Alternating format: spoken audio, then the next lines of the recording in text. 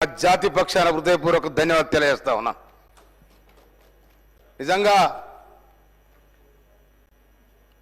అదేవిధంగా ఈ సబ్ కమిటీకి చైర్మన్గా ఉన్న గౌరవనీయులు ఉత్తమ్ కుమార్ రెడ్డి గారికి, గౌరవనీయులు శ్రీధర్ బాబు గారికి, గౌరవనీయులు దామోదర్ రామేశ్వర గారికి, సీతక్క గారికి, పొన్న ప్రభాకర్ గారికి, షమీం అఖ్తర్ గారికి ఈ సభ ద్వారా నేను హృదయపూర్వక ధన్యవాదాలు తెలియజేస్తా ఉన్నాను. నేను ఎలా 30 సంవత్సరాలు పోరాటం కాదు ఇది.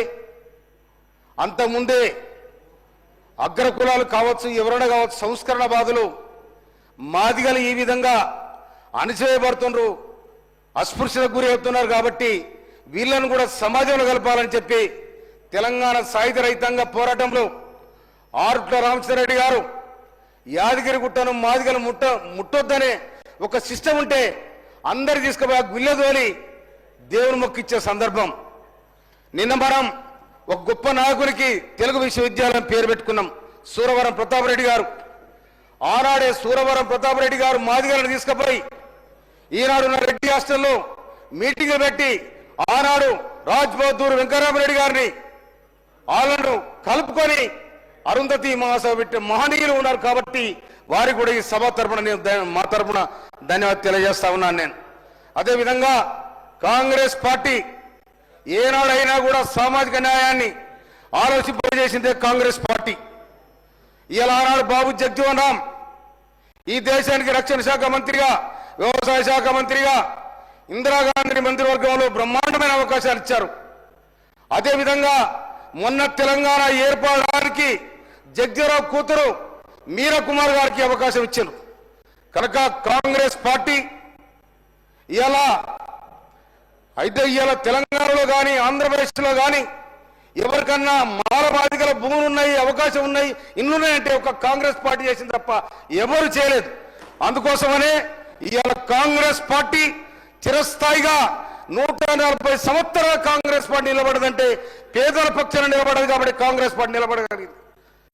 అందుకోసమనే ఇవాళ మా మాదిగలు, లక్షలాది మంది మాదిగలు ఈ సమాజానికి ఇవాళ ఈ 30 సంవత్సరాలు 40 సంవత్సరాల ఉద్యమం నిలబడదంటే మాదిగలు ఉట్టిన అడుగుతలేరు, ఈ సమాజానికి సేవ చేసిన మాదిగలు. వ్యవసాయ రంగానికి సచ్చిన గొడ్డును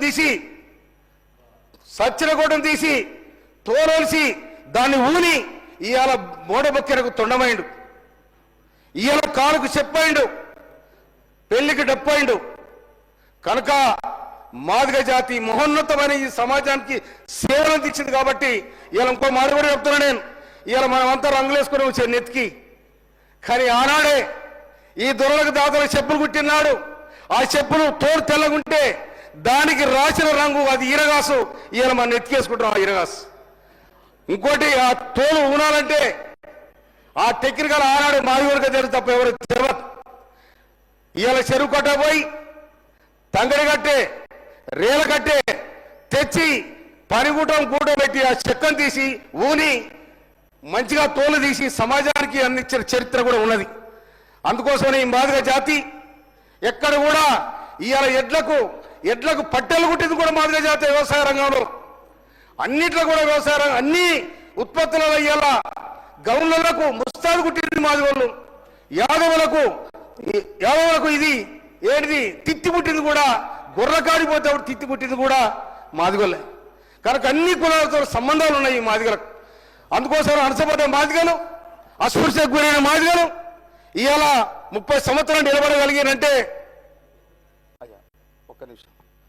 కనుక ఇన్ని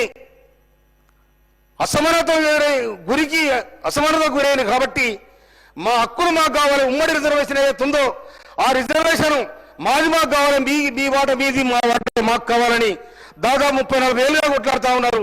కానీ ఇలా మన ముఖ్యమంత్రి వర్యులు రేవంత్ రెడ్డి గారు సుప్రీంకోర్టు ఆర్డర్ వచ్చిన వెంటనే ఆగస్టు 1 నాడు మా అందరూ పిలిచి దీనికి తప్పకుండా ఆర్డర్ తీసుకొస్తారని చెప్పిన వారు ఈ మాట మీద కట్టుబడ్డారు. 9 నెలల్లో 30-40 ఏళ్ళుగా జరిగిన పోరాటం ఈ 9 నెలలు పూర్తి చేసిన ముఖ్యమంత్రి గారికి రాష్ట్ర మంత్రివర్గానికి నేను హృదయపూర్వక ధన్యవాదాలు తెలియజేస్తా ఉన్నా.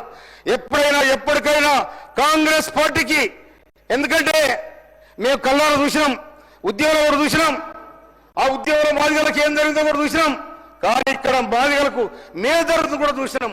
అందుకనే మాదిగలు మన జరిగిన ఎన్నికలలో ఏకదాటిగా కాంగ్రెస్ పార్టీ వైపు ఉన్నారు.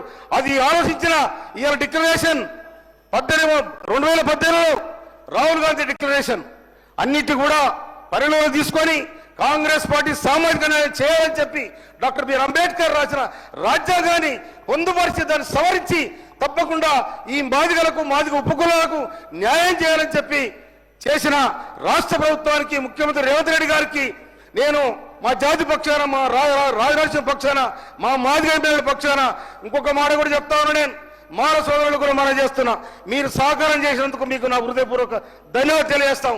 అన్నదమ్ములా కలిసి ఉందాం. ఇలా మనకెందుకు పరిచయాది, ఎందుకంటే మీరు కొంత చదువుకున్నారు, ఎందుకంటే మీకు ఆంధ్రకు ఆంధ్ర వాళ్ళు బ్రిటిష్ వాళ్ళు అక్కడ ఆంధ్ర వాళ్ళు లేరు కాబట్టి ఒక్క నిమిషం అయిపోయింది కనుక ఇక్కడ మేము నైజాం కింద అణిచివేయబడ్డాం, భూస్వాములకి అణిచివేయబడ్డాం, జాగీర్దారులకి అణిచివేయబడ్డాం. కానీ అక్కడ ఎవరైతే నైజాం అక్కడ సర్కార్ వచ్చిందో, ఏది బ్రిటిష్ సర్కార్ వచ్చిందో, ఎవరైతే అడ్డరాని వాళ్ళు వాళ్ళ దగ్గర తీసారు కాబట్టి వాళ్ళు చదువు నేర్చుకున్నారు. కనుక ఇక్కడ మేము వెనకబడిపోయినాం. అందుకోసమనే ఇప్పుడిప్పుడు కాంగ్రెస్ పార్టీ హాస్టల్ పెట్టి రిజర్వేషన్లు ఇచ్చి ఆ మాత్రం అవకాశం కల్పించింది కాబట్టి ఇవాళ మేము అసెంబ్లీలో ఉన్నాం, చదువుకోగలుగుతున్నాం. ఆ రిజర్వేషన్ ఇచ్చిన వాళ్ళే. అందుకోసమే కాంగ్రెస్ పార్టీ ఎప్పటికైనా కాంగ్రెస్ పార్టీకి మాదిగలు, మాదిగ ఉపకులాలు, మాలలు కూడా తోడురని చెప్పి నాకు ఈ అవకాశం ఇచ్చినందుకు మీకు హృదయపూర్వక ధన్యవాదాలు తెలియజేస్తూ, గౌరవ ముఖ్యమంత్రి గారు సభలో ఉన్నారు. మా నియోజకవర్గం తుంగతుర్తి నియోజకవర్గం. ఈ నియోజకవర్గంలో నిన్న రాత్రి ఒక హత్య జరిగింది. దాని మీద సీరియస్గా తీసుకోవాలని చెప్పి స్పీకర్ ద్వారా గౌరవ ముఖ్యమంత్రి గారికి నేను విజ్ఞప్తి చేస్తాను. ధన్యవాదాలు సార్. కవంపల్లి సత్యనారాయణ 2 నిమిషాలు. సార్, అందరూ మాట్లాడిన తర్వాత లాస్ట్కి మాట్లాడుతూ ఉన్నా. ముఖ్యమంత్రి గారు తప్పకుండా మాట్లాడాలి. ఆయన మాట కోసం అందరూ వేచి చూస్తూ ఉన్నారు. ఇది చాలా చారిత్రాత్మకమైన రోజు. మీరు నాకు అవకాశం ఇచ్చినందుకు మీకు మొట్టమొదట ధన్యవాదాలు తెలుపుతా ఉన్నాను. అదేవిధంగా చాలామంది ఎన్నో మాట్లాడినారు, చాలా విషయాలు మాట్లాడినారు. కానీ నిజం చెప్పాలంటే ముఖ్యమంత్రి గారు ఈరోజు సభలో ఉండడం, ఈ యొక్క వర్గీకరణ బిల్లును అన్ని విధాల తానై ఒంటరిగా ఒక్కడై అందరిని కలుపుకొని ఎవరు ఎదిరించిన ఈ వర్గీకరణ బిల్లును తీసుకొచ్చిన ముఖ్యమంత్రి గారు రేవంత్ రెడ్డి గారికి ప్రత్యేకంగా నేను ధన్యవాదాలు తెలియజేస్తా ఉన్నా అధ్యక్ష. అదేవిధంగా సబ్ కమిటీ ఉత్తమ్ కుమార్ రెడ్డి గారికి, దుద్దిల్ల శ్రీధర్ బాబు గారికి, పొన్నం ప్రభాకర్ గారికి, మల్లు రవి గారికి, సీతక్క గారికి, అందరికి కూడా ఈ బిల్లును తీసుకొచ్చిన అందరికి కూడా నేను ధన్యవాదాలు తెలియజేస్తా ఉన్నాను. అంబేద్కర్ రాజ్యాంగం ద్వారా నా జాతికి ఇచ్చిన రిజర్వేషన్ ఈ రోజు నిజమైన అమలుకు శ్రీకారం కల్పించిన ముఖ్యమంత్రి రేవంత్ రెడ్డి గారికి, కాంగ్రెస్ పార్టీకి కృతజ్ఞతలు తెలియజేస్తా ఉన్నాను. చాలా మంది ఈరోజు చాలా మాట్లాడుతూ ఉన్నారు. There is a saying, success has many friends, failure is an orphan. 2004లో ఈ యొక్క వర్గీకరణ బిల్లుని రాష్ట్రం చేయరాదు అని సుప్రీంకోర్టు కొట్టివేసినప్పుడు ఈ మాదిగల పక్షాన ఏ ఒక్కరు కూడా నిలబడలేదు. We became orphans. ఆ రోజు కాంగ్రెస్ పార్టీ చేయాలని ప్రయత్నం చేసిన మరి 2004 నుంచి 2009 వరకు తెలంగాణ ఉద్యమం ఉన్నది. అదేవిధంగా కేంద్రంలో యూపీఏ ప్రభుత్వం ఉన్నది కాబట్టి చేయలేకపోయినాం. మరి ఈరోజు మన బీజేపీ పాయల్ శంకర్ గారు, మరి అదేవిధంగా టీఆర్ఎస్ నాయకులు మేము కూడా సహకరించినాం. మేము కూడా తప్పకుండా ఈ బిల్లును తేవాలని తీసుకొచ్చినాం. కానీ ఎవరు కూడా చేయలేదు. అందరు కూడా, ఎందుకంటే 2014లో ఇక్కడ బీఆర్ఎస్ ప్రభుత్వం, 2014లో అక్కడ ఎన్డీఏ ప్రభుత్వం ఉన్నది. ఇద్దరు కూడా అలయన్స్ లోనే ఉన్నారు.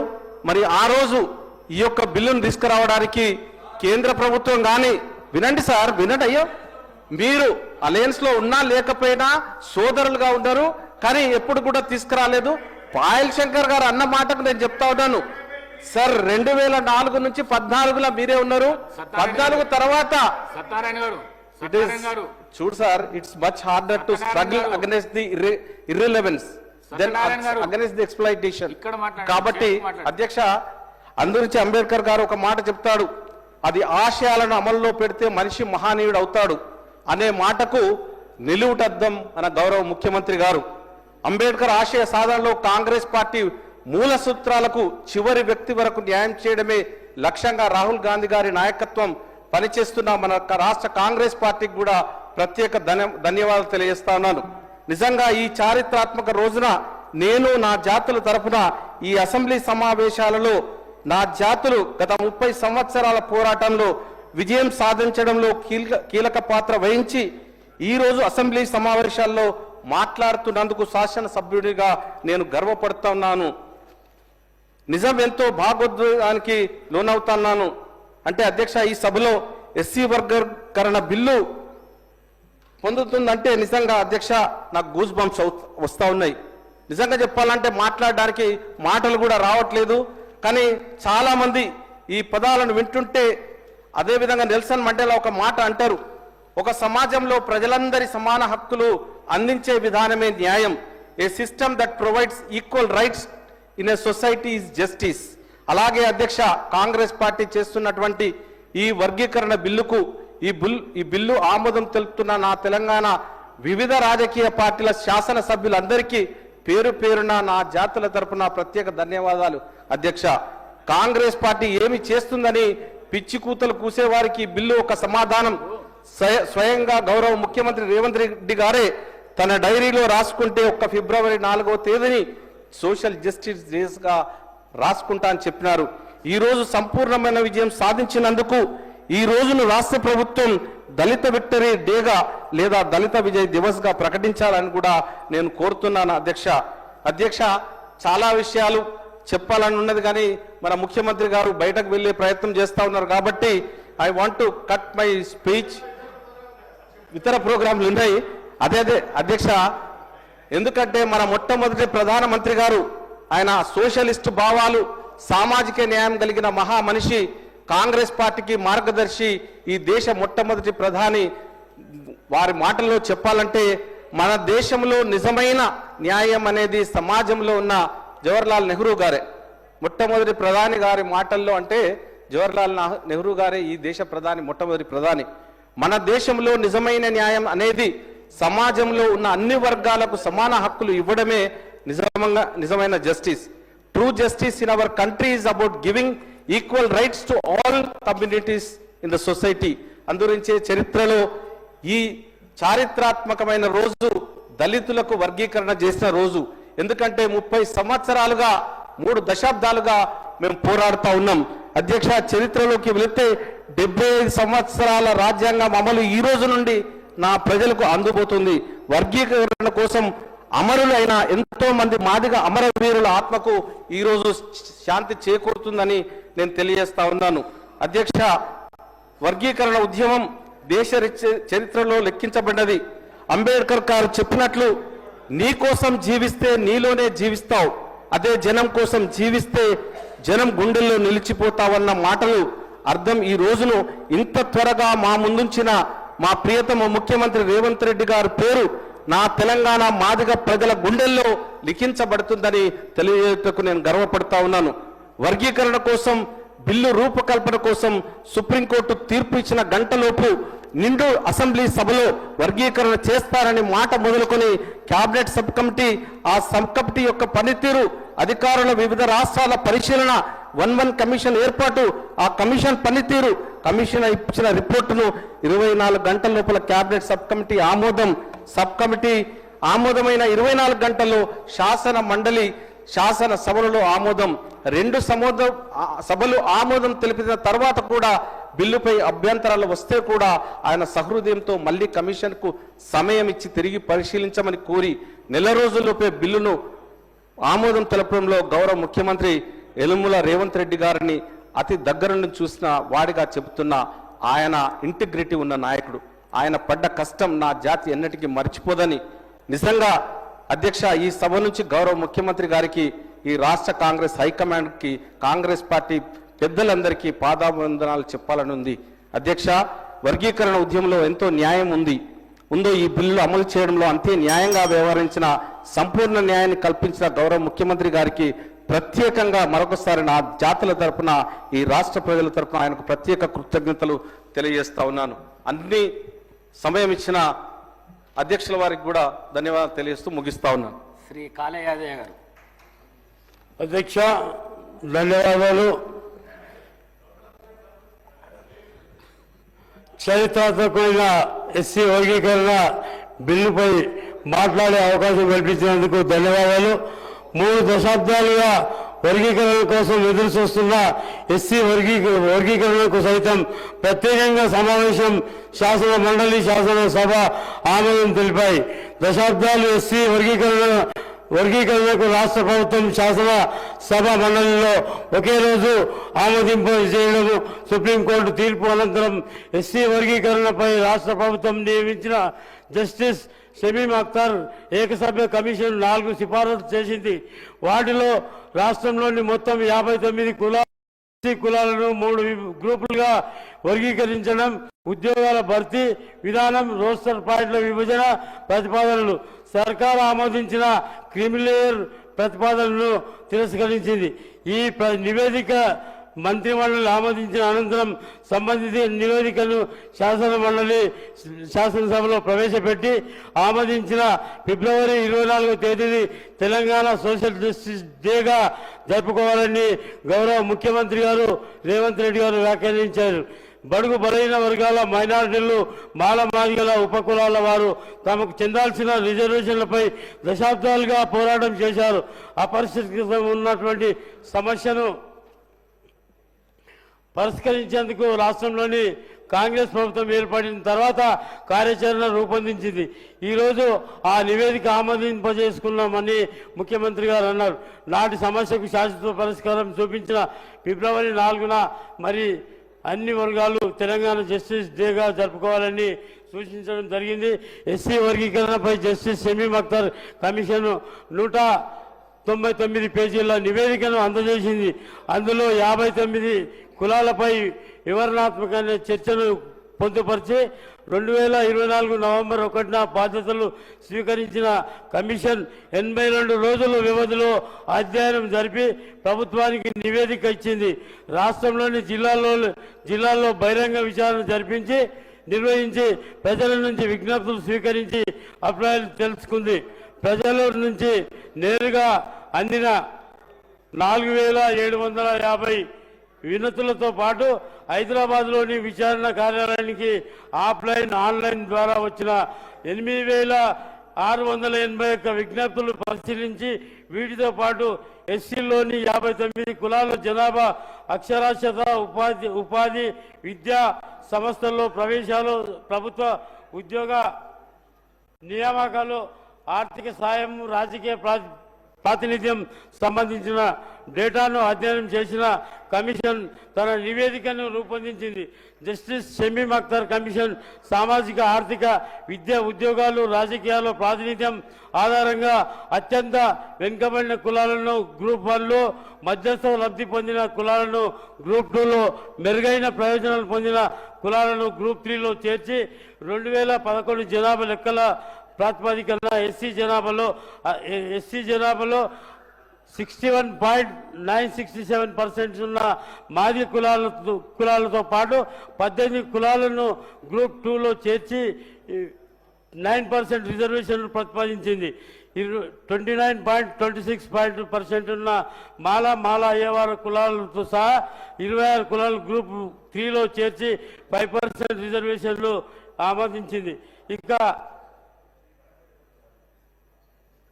ఇక 3.28% ఉన్నటువంటి 15 కులాల గ్రూపుల్లో ఉన్న 1% రిజర్వేషన్ పొందుపరిచి అనేక అనుమానాలు, అడ్డంకులు, విమర్శలు అధిగమించి కాంగ్రెస్ ప్రభుత్వం రాష్ట్రంలో కులగణనకు నిర్వహించి దేశాన్ని ఆశ్చర్యానికి గురి చేసింది. దశాబ్దాలుగా తమకు న్యాయం జరగాలని ఎదురు చూస్తున్నాం. వర్గాలు న్యాయం చేసే దిశగా కాంగ్రెస్ ప్రభుత్వం ముందడుగు వేసింది. వర్గీకరణపై కులకరణకు అనేక మంది వ్యక్తం చేసిన అనుమానాలను పరాపంచలు చేస్తూ అసెంబ్లీలో ప్రవేశపెట్టిన తన చిత్తశుద్ధిని నిరూపించుకున్న ఈ ఎన్నికల సందర్భంగా ఇచ్చిన వాగ్దానాలు ఒక్కొక్కటిగా నెరవేరుస్తూ ముందుకు నడుస్తున్న గౌరవ ముఖ్యమంత్రి గారికి, మరి sub committee chairman Uttam Kumar Reddy గారికి, మరి ముఖ్యంగా మా జాతి నాయకుడు దామోదర్ రాజనరసింహ గారికి హృదయపూర్వక ధన్యవాదాలు చెప్తూ, ఈ అవకాశం కల్పించిన మీ అందరికీ కూడా హృదయపూర్వక ధన్యవాదాలు చెప్తూ సెలవు తీసుకుంటాం.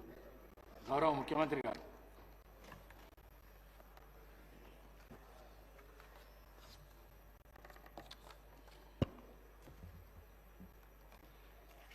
స్పీకర్ సార్,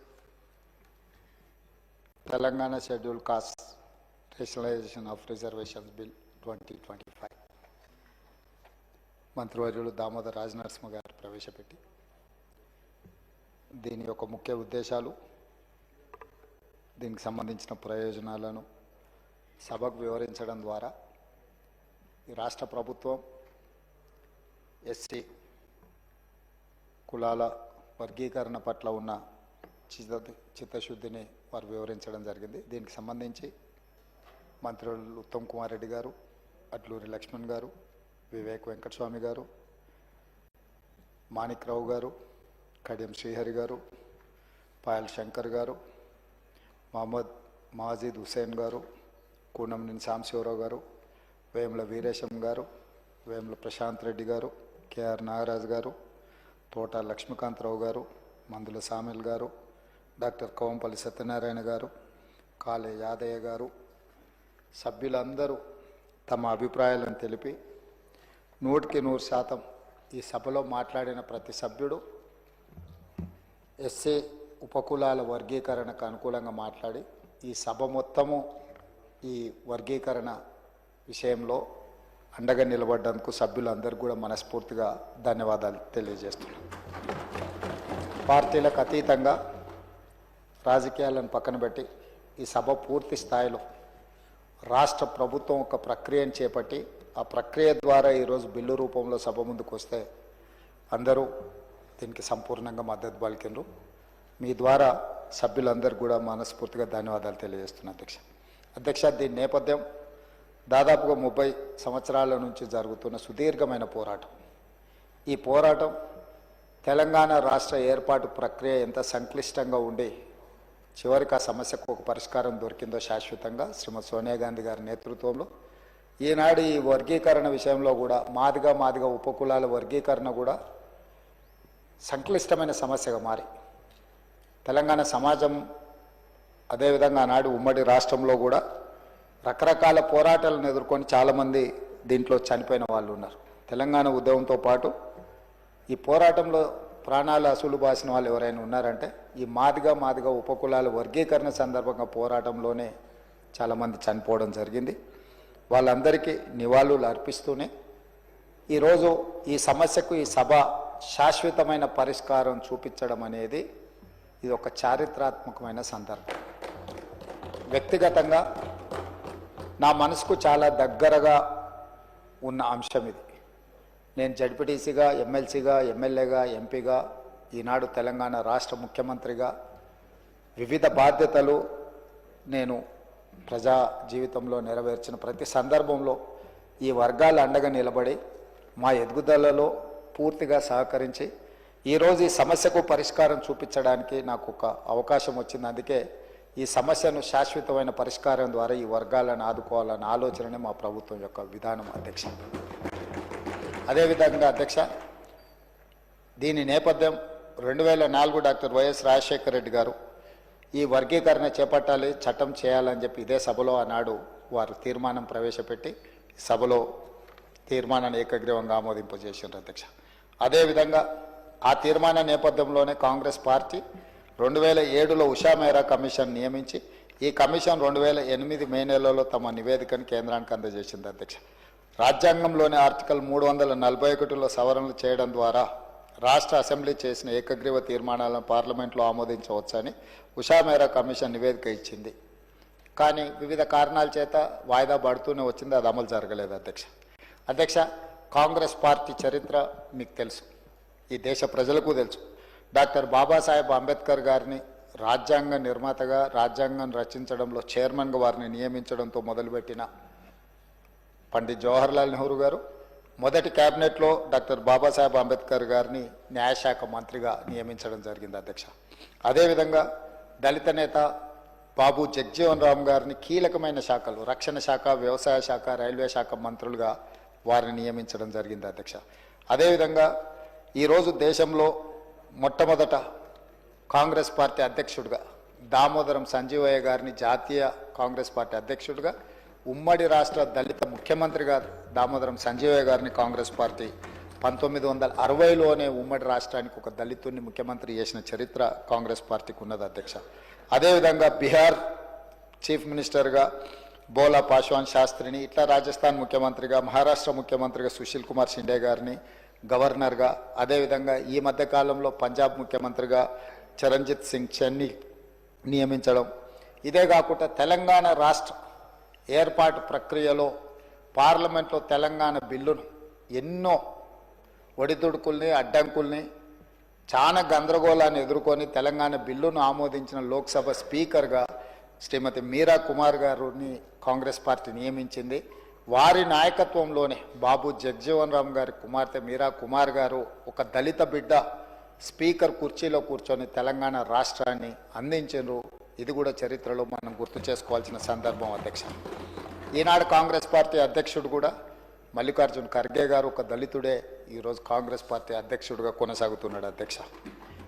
అదేవిధంగా అధ్యక్ష, ఎస్సీల రిజర్వేషన్లు ఉన్నప్పటికీ జనాభా దామాష ప్రకారం రిజర్వేషన్ కావాలని చాలా సంవత్సరాల నుంచి ఈ వర్గాలలో ఒక డిమాండ్ ఉన్నది. దానికోసం ఎప్పుడు ఉద్యమాలు జరుగుతూనే ఉన్నాయి అధ్యక్ష.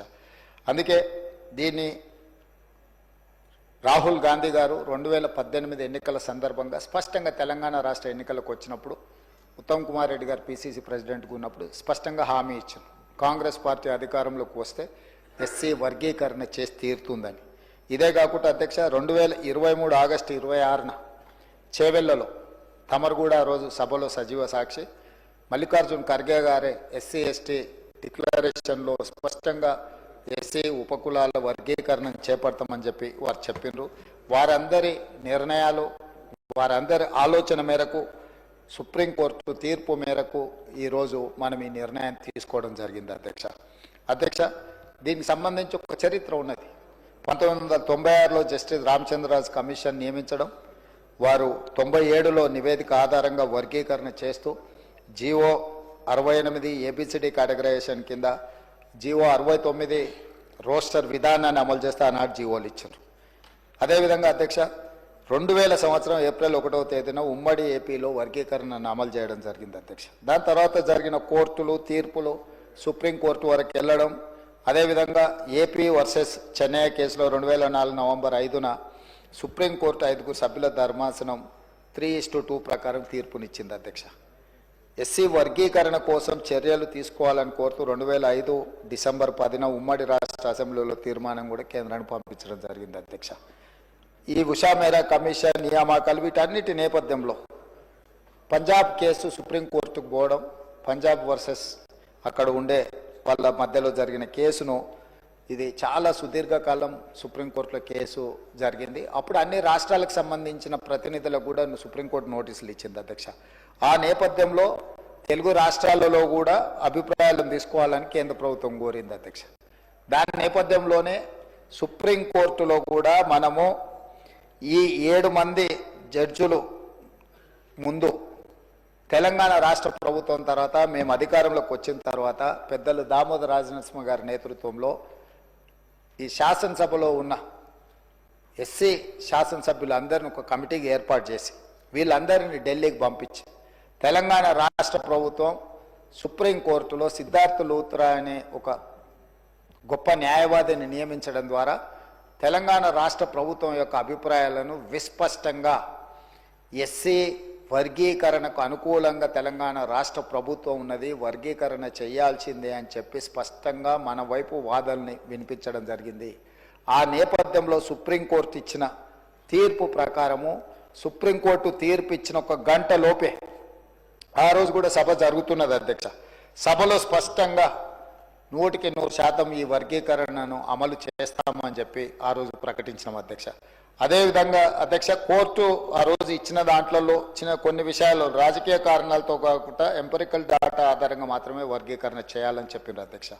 ఎంపెరికల్ డాటా క్షేత్రస్థాయిలో అనుభవపూర్వకంగా సేకరించిన సమాచారం, 1 జనాభా, 2 అక్షరాస్యత శాతం, అనుసరిస్తున్న వృత్తులు, ఉద్యోగాలు, ఆర్థిక పరిస్థితులు, వీటన్నిటి నేపథ్యాన్ని తీసుకొని ఈ వర్గీకరణ చేయాలని సుప్రీంకోర్టు మనకు చెప్పడం జరిగింది అధ్యక్ష. వీటన్నిటి నేపథ్యంలో రాష్ట్ర ప్రభుత్వము ఒక మంత్రివర్గ ఉపసంఘాన్ని ఏర్పాటు చేసింది అధ్యక్ష. దానికి బాధ్యత ఉత్తమ్ కుమార్ రెడ్డి గారిని మంత్రివర్గ ఉపసంఘానికి చైర్మన్గా నియమిస్తూ సభ్యులుగా శ్రీధర్ బాబు గారిని, అదేవిధంగా దామోదర్ రాజనరసింహ గారిని, పొన్నం ప్రభాకర్ గారిని, సీతక్క గారిని, డాక్టర్ మల్లు రవి పార్లమెంట్ సభ్యుడిని మనం ఈ కేబినెట్ సబ్ కమిటీలో సభ్యులు చేసి వాళ్ళ చేత మొత్తం 6 సార్లు వాళ్ళు సమావేశమై వాళ్ళు ఇచ్చిన సూచనలు అన్నిటిని కూడా పరిగణలోకి తీసుకొని వారి సూచన మేరకు 1 మ్యాన్ కమిషన్ అపాయింట్ చేసినాం అధ్యక్ష. 1 మ్యాన్ కమిషన్లో షమీమ్ అఖ్తర్ గారిని మనం 1 మ్యాన్ కమిషన్గా నియమించి వారు పూర్తిగా సుప్రీంకోర్టు జడ్జిమెంట్లనే కాకుండా ఉషా మేరా కమిషన్ నుంచి మొదలు పెడితే వివిధ వర్గాలకు సంబంధించిన అన్ని రిప్రజెంటేషన్స్ తీసుకున్నారు అధ్యక్ష.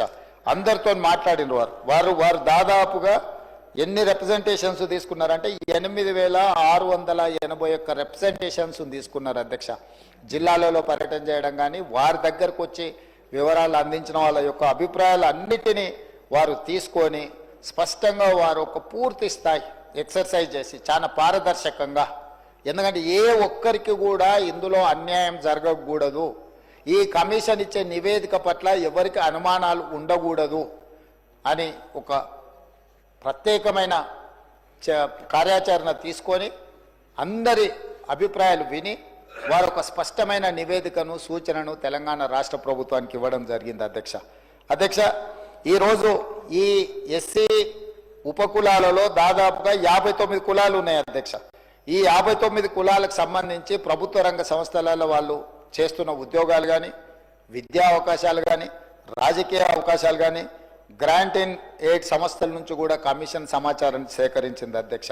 వీటన్నిటిని దృష్టిలో పెట్టుకొని జస్టిస్ షమీమ్ అఖ్తర్ కమిషన్ తన నివేదికను 2025 ఫిబ్రవరి 3వ తారీఖున ఈ మంత్రివర్గ ఉపసంఘానికి సమర్పించింది అధ్యక్ష. 4వ తారీఖు రోజు ఎంబడే మంత్రివర్గాన్ని ఏర్పాటు చేసి వారు ఇచ్చిన కమిషన్ యొక్క సూచనలు తూచా తప్పకుండా ఆమోదించడం జరిగింది అధ్యక్ష. ఎక్కడ కూడా మనం కమిషన్ రికమెండేషన్స్ నుంచి డీవియేట్ చేయలేదు అధ్యక్ష.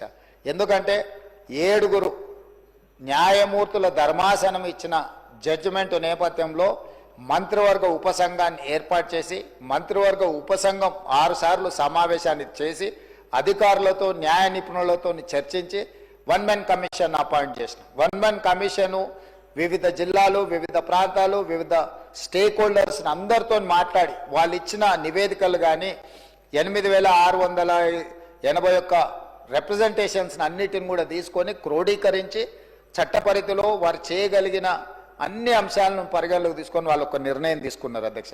దాని ప్రకారం 59 ఎస్సీ కులాలను 3 గ్రూపులుగా విభజించడం జరిగింది అధ్యక్ష. గ్రూప్ 1 కింద 15 ఉపకులాలను తీసుకొని వాళ్ళకు 1% సామాజికంగా, విద్యాపరంగా, ఆర్థికంగా పూర్తిగా వెనుకబడిన వర్గాలను గ్రూప్ 1 కింద తీసుకున్నాడు అధ్యక్ష. 1% రిజర్వేషన్ వాళ్ళకి ఇవ్వడం జరిగింది అధ్యక్ష. అదేవిధంగా గ్రూప్ 2 మధ్యస్థంగా లబ్ధి పొందిన ఎస్సీ కులాలు, మోడరేట్ బెనిఫిషియర్స్, వాళ్ళను 18 కులాలు ఉన్నాయి అధ్యక్ష. అందులో 9% రిజర్వేషన్లు వాళ్ళకు ఇచ్చిండ్రు అధ్యక్ష. అదేవిధంగా గ్రూప్ 3 అధ్యక్ష గణనీయంగా లబ్ధి పొందిన, అంటే కొంచెం సిగ్నిఫికెంట్గా బెనిఫిట్ పొందిన వర్గాలు 26 కులాలు ఉన్నాయి అధ్యక్ష. వాళ్ళకు 5% రిజర్వేషన్. ఈరోజు రాజ్యాంగ పరిధిలో ఎస్సీలకున్న 15% రిజర్వేషన్లను గ్రూప్ 1 కింద 1%, గ్రూప్ 2 కింద 9%, గ్రూప్ 3 కింద 5%, 15% రిజర్వేషన్లను ఈ రకంగా పంచడం జరిగింది అధ్యక్ష. ఈరోజు ఎడ్యుకేషన్లో కావచ్చు, ఎంప్లాయ్మెంట్లో కావచ్చు, పొలిటికల్ రిజర్వేషన్స్ కావచ్చు, ఆల్ అదర్ రిజర్వేషన్స్ అన్నిటిని కూడా పరిగణలోకి తీసుకొని ఈరోజు ఈ ప్రభుత్వము ఈ నివేదికను తీసుకొని వచ్చి మీ ముందు పెట్టడం జరిగింది అధ్యక్ష. అందుకే అధ్యక్ష ఈరోజు ఈ చారిత్రాత్మకమైన సందర్భంలో ఒక మంచి నిర్ణయం మనం తీసుకున్నప్పుడు ప్రతిపక్షాలన్నీ కూడా ముందుకు వచ్చినాయి. ఈరోజు కృష్ణ మాదిగతో మొదలు పెడితే చాలామంది 30-35 సంవత్సరాలలో ఈ ఉద్యమంలో చాలామంది పాల్గొన్నారు అధ్యక్ష. ఈ ఉద్యమంలో కూడా చనిపోయింది. ఇంతకుముందు పెద్దలు దామోదర రాజనరసింహ గారు చనిపోయిన కుటుంబాల గురించి ఆలోచన చేయాలి అని వారు అన్నారు. ఎస్, తెలంగాణ ఉద్యమంలో చనిపోయిన వాళ్ళను లేదా మాదిగ ఉపకులాల వర్గీకరణకు సంబంధించి ఉద్యమంలో ప్రమాదవశాత్తు చనిపోయిన వాళ్ళని ఆదుకునే అవసరము బాధ్యత ఈ ప్రభుత్వానికి ఉన్నది. నేను తమరి ద్వారా వారికి నేను మాట ఇస్తున్నా, రేపు ఇందిరమ్మ ఇండ్లు ఇచ్చే దాంట్లో ఈ కుటుంబాలకు ఖచ్చితంగా మొదటి ప్రాధాన్యత కింద ఇందిరమ్మ ఇండ్లు ఇవ్వాలి ఆ కుటుంబాలకు. ఎందుకంటే పిల్లలు చనిపోయింటారు, తల్లిదండ్రుల పరిస్థితి ఏ విధంగా ఉందో తెలియదు, కుటుంబ సభ్యుల పరిస్థితి ఏ విధంగా ఉందో మనకు తెలియదు. కాబట్టి వాళ్ళకు ఖచ్చితంగా ఇందిరమ్మ ఇండ్లలో మొదటి ప్రాధాన్యత కింద మనం వాళ్ళను ఆ కుటుంబాలను ఆదుకోవడానికి ఇల్లు ఇవ్వాలి అధ్యక్ష. అదేవిధంగా రాజీవ్ యువ వికాసం కింద నిన్ననే మనం కొన్ని పథకాలు ఇచ్చుకున్నాం. ఆ కుటుంబంలో చదువుకున్న యువకులు కానీ యువతులు కానీ ఆ కుటుంబం అంటే వాళ్ళ సోదరులు సోదరిమణులు ఎవరైనా ఉంటే వాళ్ళకి ఈ అప్ టు 4 lakhs ఏదైతే ఫైనాన్షియల్ అసిస్టెన్స్ మనం ఇస్తున్నామో వాళ్ళ ప్రాధాన్యత కింద ఆ కుటుంబాలకు, ఆ చనిపోయిన కుటుంబాలకు ఈ రాజీవ్ యువ వికాసం స్కీమ్లో కూడా వాళ్లకు అవకాశాలు కల్పించాలని చెప్పి తమరి ద్వారా వారికి మాట ఇస్తున్న అధ్యక్ష. ఇది ప్రభుత్వం యొక్క బాధ్యత. ఎందుకంటే ఒక ఉద్యమం జరిగినప్పుడు, ఒక పోరాటం జరిగినప్పుడు ఎవరైతే ప్రాణాలు కోల్పోయినరో ఆ కుటుంబాలను ఆదుకోవాల్సిన బాధ్యత మన అందరి మీద ఉన్నది అధ్యక్ష. అందుకే అధ్యక్ష, ఈరోజు ఏ నిర్ణయం తీసుకున్నా 51% ఆమోదిస్తే సరిపోతుంది ప్రజాస్వామ్యంలో. కానీ ఈ నిర్ణయంలో 100% అందరు ముందుకు వచ్చి నిలబడి ఈ వర్గీకరణకు సంపూర్ణంగా మద్దతు పలికినరు. ఇకనైనా ఈ సమస్యకు శాశ్వతమైన పరిష్కారం దొరుకుతుంది. ఈ చర్చలో పాల్గొన్న వాళ్ళందరూ బీఆర్ఎస్ కావచ్చు, బీజేపీ కావచ్చు, ఎంఐఎం కావచ్చు, సిపిఐ కావచ్చు, బయట ఉన్న చాలా సంఘాలు కూడా ఈరోజు ప్రభుత్వం తీసుకుంటున్న ఈ చర్యల్ని సమర్థిస్తున్నారు. కాబట్టి అదేవిధంగా మా మిత్రులు వివేక్ వెంకటస్వామి గారు రిజర్వేషన్ పర్సంటేజ్ 15 నుంచి 18% పెంచాలి పాపులేషన్ అని అన్నారు. ఎస్, వాళ్లకు దామాషా ప్రకారము జనాభా ప్రాతిపదికన రిజర్వేషన్లు పెంచాల్సిన బాధ్యత ప్రభుత్వాల మీద ఉన్నది. 2026 జనాభా లెక్కలు పూర్తి కాగానే ఆ పర్సంటేజ్ ప్రకారం రిజర్వేషన్లు పెంచడమే కాకుండా దామాషా ప్రకారం ఆ రిజర్వేషన్లని గ్రూప్ 1, గ్రూప్ 2, గ్రూప్ 3కి పంచే బాధ్యతను మన ప్రభుత్వం తీసుకుంటుందని చెప్పి సభ ద్వారా వారికి స్పష్టంగా నేను చెప్పదలుచుకున్నాను అధ్యక్ష. ఎందుకంటే ఒక రిజర్వేషన్ పెంచాలంటే ఇప్పుడు మన దగ్గర ఉన్న డేటా, మన దగ్గర ఉన్న సమాచారం 2011 యొక్క జనాభా లెక్కలు మాత్రమే మన దగ్గర ఉన్నాయి అధికారికంగా.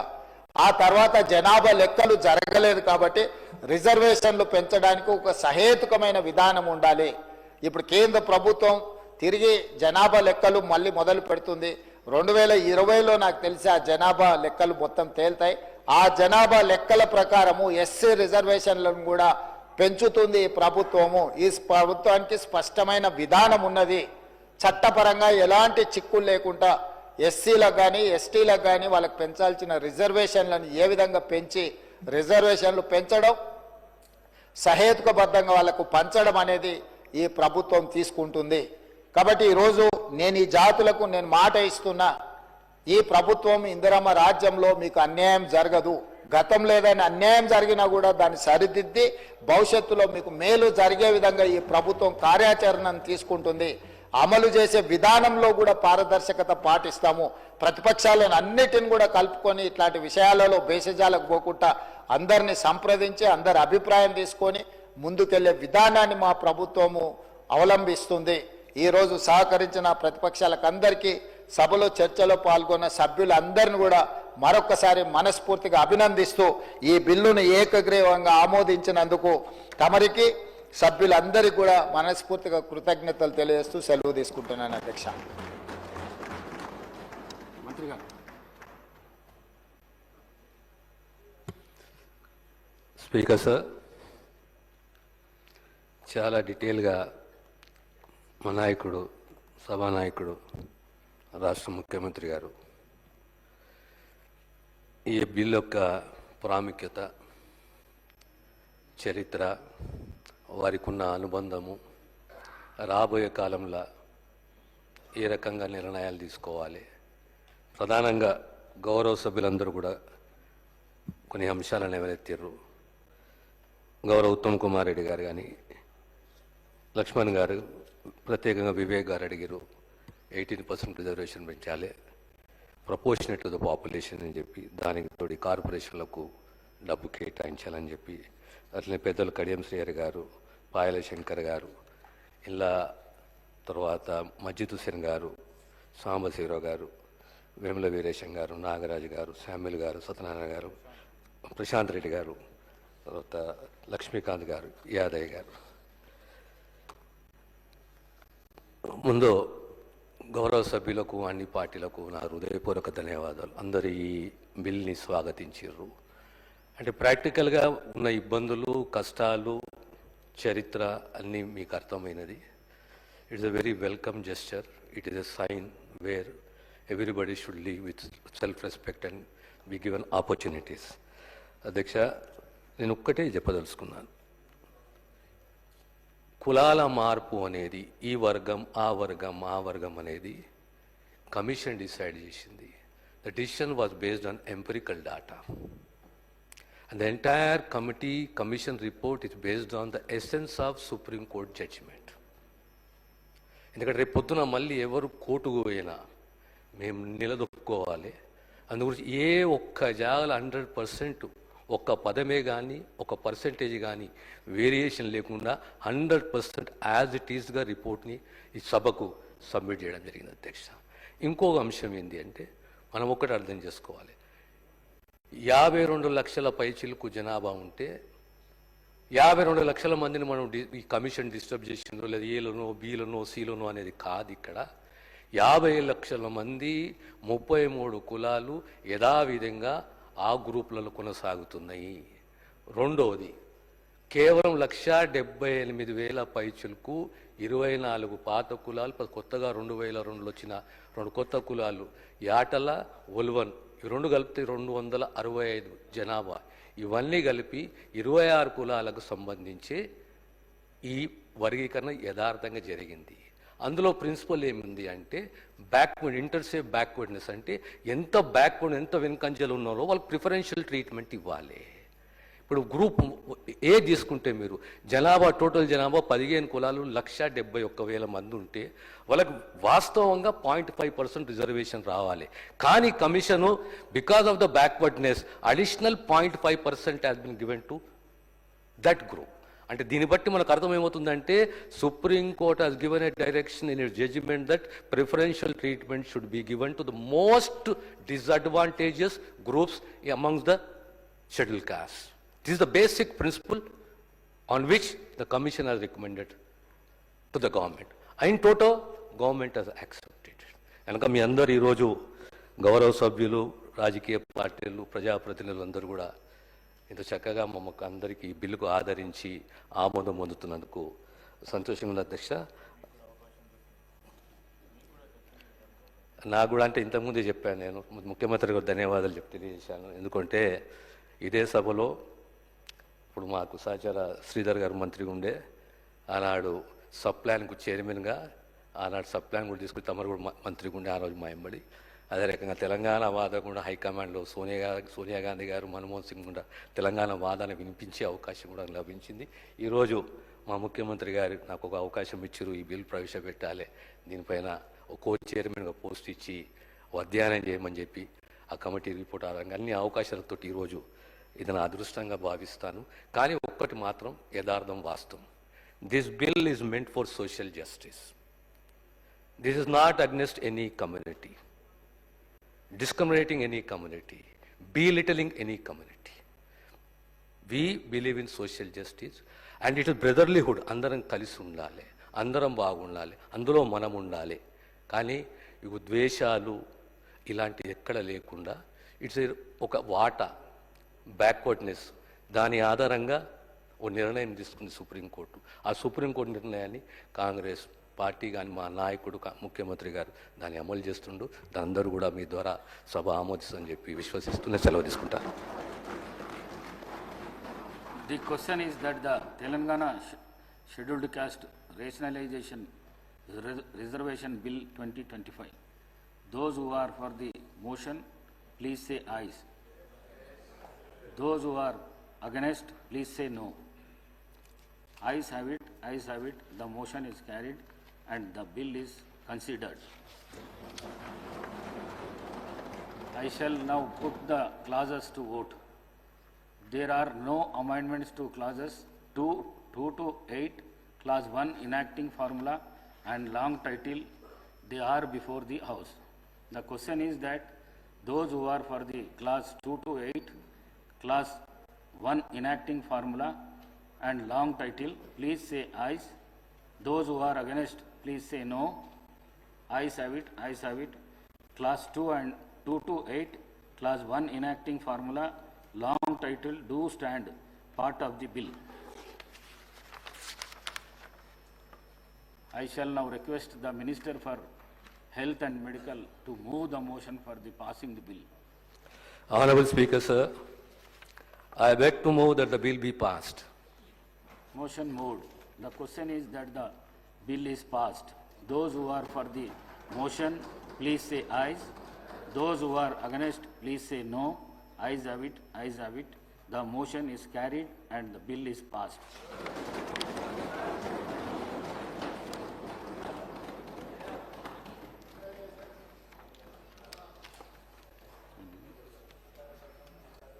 Now, introduction of government bills. I request the Minister for Legislative Affairs on behalf of the Chief Minister to move the motion for leave to introduce the Telangana Advocates Welfare Fund Amendment Bill 2025.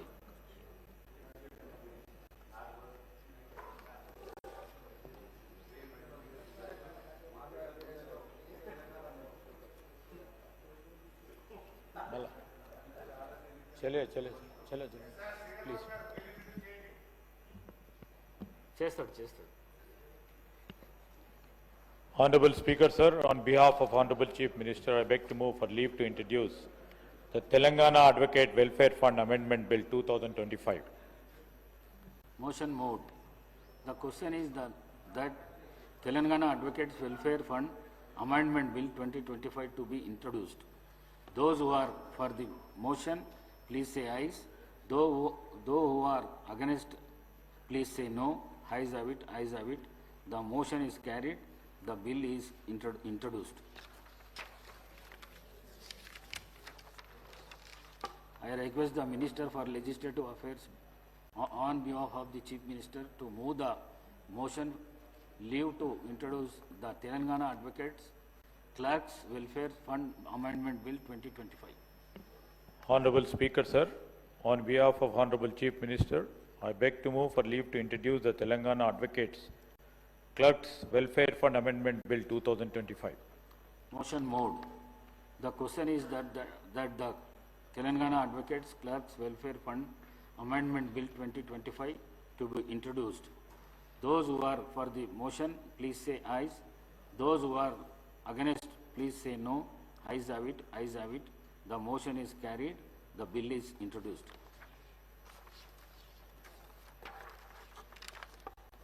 I request the Minister for Legislative Affairs on behalf of the Chief Minister to move the motion for leave to introduce the Telangana Municipalities Amendment Bill 2025. Honorable Speaker, sir, on behalf of the Honorable Chief Minister, I beg to move for leave to introduce the Telangana Municipalities Amendment Bill 2025. Motion moved. The question is that the Telangana Municipalities Amendment Bill 2025, those who are be introduced, those who are for the motion, please say ayes. Those who are against, please say no. Ayes have it, ayes have it. The motion is carried and the bill is introduced.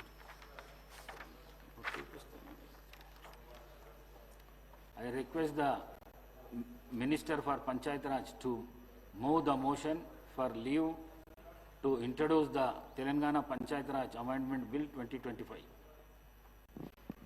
Honorable Speaker, sir, I beg to move for leave to introduce the Telangana Panchayat Raj Amendment Bill 2025. Motion moved. The question is that the Telangana Panchayat Raj Amendment Bill 2025 to be introduced. Those who are for the motion, please say ayes. Those who are against, please say no. Ayes have it, ayes have it. The motion is carried and the bill is introduced.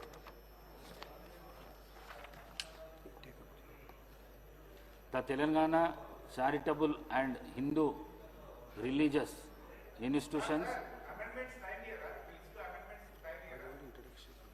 Introduction and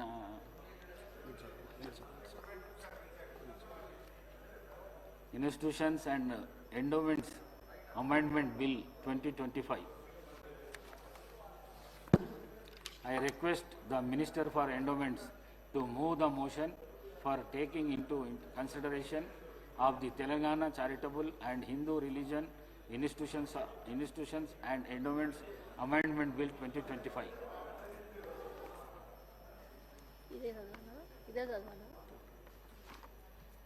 I beg to move for taking into consideration of the Telangana Charitable and Hindu Religious Institutions and Endowments Amendment Bill 2025, sir. Namaste. Motion moved. Minister garu, explain the bill. Sir ఈరోజు ఇప్పుడు మనం move చేసిన bill ఏదైతే ఉందో అది మరి హిందూ ధార్మిక పరిషత్కు సంబంధించినటువంటి బిల్లు సార్. అది ఇప్పటి వరకు కూడా మనం రాష్ట్ర విభజన జరిగిన తర్వాత ఎటువంటి బిల్లులలో కూడా యాక్ట్లలో కూడా మార్పు తీసుకురాలేదు. మొట్టమొదటగా ఈరోజు మరి యొక్క యాక్ట్ మీద మనం మార్పు తీసుకురావడానికి మనం ఈ బిల్లును ప్రవేశపెట్టడం జరిగింది అధ్యక్ష. ముఖ్యంగా 1987లో మెయిన్ యాక్ట్ ఉండే అధ్యక్ష. ఆ యాక్ట్ను మాడిఫై చేస్తూ మరి కొత్త యాక్ట్ తీసుకురావడానికి ఈ బిల్లును ఈరోజు సభలో తీసుకురావడం జరిగింది. ముఖ్యంగా దేవాలయాల విషయానికి వస్తే గత 10 సంవత్సరాల్లో కొంత దేవాలయాలు అభివృద్ధికి నోచుకోలేదని చెప్పాలి. చిన్న చిన్న దేవాలయాలు కాకపోతే మరి కొన్ని దేవాలయాలు బాగా మరి భక్తులు రావడము మనం ఈ వచ్చిన 15 నెలల నుంచి చూస్తూ ఉన్నాము. కొంత ఆదాయము పెరగడము, రద్దీ పెరగడము, ఎందుకంటే కావలసిన వసతులు మేము వచ్చిన తర్వాత ఏర్పాటు చేయడం వలన వాళ్ళకి కావలసిన సౌకర్యాలు కల్పిస్తుంటే పెద్ద ఎత్తున భక్తుల సంఖ్య పెరగడంతో పాటు ఆదాయం కూడా పెరుగుతున్న విషయాన్ని మీ ద్వారా సభ దృష్టికి తీసుకొస్తానన్న అధ్యక్ష. ముఖ్యంగా మన ముఖ్యమంత్రి గౌరవనీయులు రేవంత్ రెడ్డి గారి ముఖ్య ఉద్దేశం ఏంటంటే గుళ్ళను అభివృద్ధి చేయాలి, మరి భక్తులను ఆకర్షించాలి, భక్తులను ఎక్కువ పెద్ద మొత్తంలో మరి భక్తులను ఆకర్షించే విధంగా టెంపుల్స్ను డెవలప్ చేయాలి అనేటువంటి ఆలోచనతో వారు ఈ నిర్ణయం తీసుకోవడం జరిగింది అధ్యక్ష. ఈ యొక్క ఉచిత బస్సు సౌకర్యం కల్పించిన తర్వాత చెప్పాలంటే ముఖ్యంగా ఈ దేవాలయాల్లో భక్తుల రద్దీ ఎక్కువైందని చెప్పాల్సిన అవసరం ఎంతైనా ఉంది. మహిళలు పెద్ద మొత్తంలో వారు ఎక్కడికి వెళ్ళాలనుకుంటే అక్కడికి ఈ ఉచిత బస్సు ద్వారా వెళ్ళి దేవాలయాలను సందర్శించుకోవడం, మొక్కులు మొక్కడం, అదేవిధంగా కానుకలు ఇవ్వడం వలన మరి దేవాలయాల ఇన్కమ్ కూడా గణనీయంగా పెరుగుతుందని కూడా ఈ సందర్భంగా తెలియజేస్తూ ఉన్నాను అధ్యక్ష. అయితే మేజర్ టెంపుల్స్లో రద్దీ ఎక్కువగా ఉండడం వలన మరి ప్రత్యేక శ్రద్ధ తీసుకోవాల్సిన బాధ్యత మా ఎండోమెంట్ డిపార్ట్మెంట్ మీద ఉంది. కాబట్టి మేము మేజర్ టెంపుల్స్ ఏవైతున్నాయో వాటన్నిటిని కూడా దృష్టిలో పెట్టుకొని మరి ఎక్కడ ఏ చిన్న సమస్య ఉన్నా కూడా వెంటనే పరిష్కరించి భక్తులకు మంచి సౌకర్యాలు కల్పిస్తూ ఈరోజు వాళ్ళకి అన్ని ఏర్పాట్లు చేస్తూ ఉన్నాం అధ్యక్ష. దాంట్లో ఒకటి యాదగిరిగుట్ట అధ్యక్ష. యాదగిరిగుట్ట మేము వచ్చినప్పుడు భక్తులకు కనీసం నిలబడడానికి నీడ ఉండేది కాదు, పైన త్రాగడానికి నీరు ఉండేది కాదు, వెళ్ళడానికి టాయిలెట్స్ ఉండేటివి కాదు, పడుకోవడానికి ఒక డామెట్రీ ఉండేది కాదు, మరి దర్శనం చేసుకోవడానికి వెళ్ళడానికి ఆ బండల మీదనే వెళ్ళే అలాగా ఉండేది, పైన నీడ ఉండేది కాదు. దానివల్ల భక్తులు చాలా ఇబ్బంది పడతా ఉంటే మేము అక్కడ కొన్ని కోట్ల రూపాయలతోటి భక్తులకు ఎన్నో సౌకర్యాలు ఈరోజు ఏర్పాటు చేశాం అధ్యక్ష. మరి అది అక్కడ ఇప్పుడు ఇన్కమ్ దాదాపుగా 200 కోట్ల పైన ఈరోజు ఇన్కమ్ వస్తూ ఉంది అధ్యక్ష సంవత్సరానికి. మరి ఆ యొక్క యాదగిరి గుట్టని ఒక మరి టీటీడీ స్థాయిలో పాలక మండలి ఏర్పాటు చేయాలనేటువంటి ఒక ఆలోచనతోటి మన ముఖ్యమంత్రి గారి ఆదేశాల మేరకు ఈ యాదగిరి గుట్టను మరి అక్కడ ఈ యొక్క పాలక మండలి ఏర్పాటు కోసం అని చెప్పి ఈ బిల్లు ఇక్కడ సభలో ప్రవేశపెట్టి మరి యాక్ట్ అమెండ్ చేయాలని చెప్పి మేము ఇది ప్రవేశపెట్టాము అధ్యక్ష. ముఖ్యంగా ఈ యాదగిరిగుట్ట దేవస్థానము ఈ బిల్లు ప్రవేశపెట్టి ఆమోదింపబడ్డ తర్వాత మరి ఒక ట్రస్ట్ బోర్డు వేయడం జరుగుతుంది అధ్యక్ష. ఆ trust board YTD trust board అని పిలవడం జరుగుతుంది. సంవత్సరానికి దాదాపు 100 కోట్ల కంటే ఎక్కువ ఆదాయం ఉన్న సంస్థలకు మెరుగైన వనరులు అందించి మరి సమర్థవంతమైన పరిపాలన నిర్వహణను నిర్ధారించడానికి ఈ బిల్లు యొక్క లక్ష్యం అధ్యక్ష. అదేవిధంగా 100 కోట్ల ఆదాయ పరిమితిని నిర్ణయించడం ద్వారా దేవాలయాలకు ప్రత్యేక పాలన విభాగం సృష్టించడం, అవి అంకితమైన పాలన పొందేలాగా చూడడం కూడా ఈ బిల్లు యొక్క లక్ష్యం అధ్యక్ష.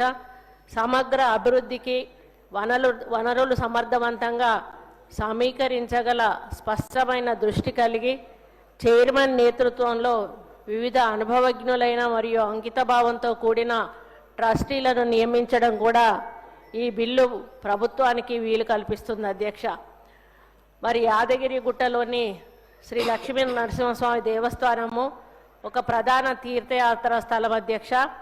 ఆధ్యాత్మిక అనుభూతి మరియు స్వామివారి అనుగ్రహం కోరుకునే భక్తులు రోజుకు సుమారు 50 వేల మంది వరకు కూడా అక్కడ సందర్శిస్తూ ఉంటారు అధ్యక్ష. ఈ యొక్క ఏరియా ఏదైతే ఉందో ఇది యాదగిరిగుట్ట లక్ష్మీ నరసింహస్వామి టెంపుల్కి 1241 ఎకరాలు మరి ఏరియా అక్కడ ల్యాండ్ ఉంది అధ్యక్ష. ఇప్పుడు ఈ బిల్లు తర్వాత దీన్ని టెంపుల్ సిటీగా ఈ ఏరియా మారబోతుంది అధ్యక్ష. మరి ఇది అటానమస్ పవర్ కలిగి ఉంటుంది అధ్యక్ష. అదేవిధంగా ఈ 1241 ఎకరాల్లో 6 గ్రామాలు, 3 మున్సిపాలిటీలు, మరి 3 గ్రామ పంచాయతీలు ఇవి ఇందులో విలీనం కాబోతా ఉన్నాయి అధ్యక్ష.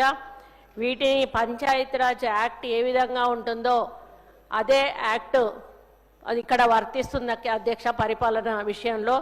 మరి అక్కడ ఎవరికి కూడా ఇబ్బంది ఉండదు, ఇందులో కలుపుతున్నారు కదా ఏమన్నా జరుగుతుందనో అటువంటి ఆలోచన రావాల్సిన అవసరం ఎట్టి పరిస్థితుల్లో కూడా లేదని సందర్భంగా నేను తెలియజేస్తున్నాను అధ్యక్ష. ప్రభుత్వం అధికారిక ప్రకటన తర్వాత సదరు దేవాలయం పట్టణ ప్రాంతంను తెలంగాణ పంచాయతీరాజ్ చట్టం 218 యొక్క 5వ సెక్షన్ కింద ఇది టౌన్షిప్గా మరి అనౌన్స్ చేయబడుతుంది అధ్యక్ష. దేవస్థాన ప్రాముఖ్యత సమర్థించడానికి ప్రభుత్వం యాదగిరి గుట్టను ఆలయ నగరంగా అదే ఇప్పుడు టెంపుల్ సిటీగా అభివృద్ధి చేయాలని యోచిస్తుంది. దీన్ని టీటీడీ మాదిరిగానే వైటీడీ అని పేరు పెట్టి మరి ప్రతిపాదించడం జరిగింది అధ్యక్ష. వార్షిక ఆదాయం 224 కోట్లుంది. ఆలయ పాలనను బలోపేతం చేయాలన్న ఉద్దేశంతో సమాజ నాయకులు, సాంకేతిక నిపుణులు మరియు ప్రభుత్వేతర సంస్థల ప్రతినిధులతో కూడిన ట్రస్ట్ బోర్డును ఏర్పాటు చేయడం ద్వారా దీనిని మనం సాధించవచ్చు అధ్యక్ష. వైటీడీ ట్రస్ట్ బోర్డు ఏర్పాటు తెలంగాణ చారిటబుల్ మరియు హిందూ మత సంస్థలు మరియు ఎండోమెంట్ చట్టం 1987 ప్రకారం అవసరమైన సవరణలతో ట్రస్ట్ బోర్డును ఏర్పాటు చేయడానికి ప్రత్యేక నిబంధనలను రూపొందించాలని ఈ బిల్లులో ప్రతిపాదించడం జరిగింది అధ్యక్ష. పాలనా నమూనా తిరుపతి దేవస్థానంను అనుకరిస్తూ మరి పెట్టడం జరిగింది అధ్యక్ష.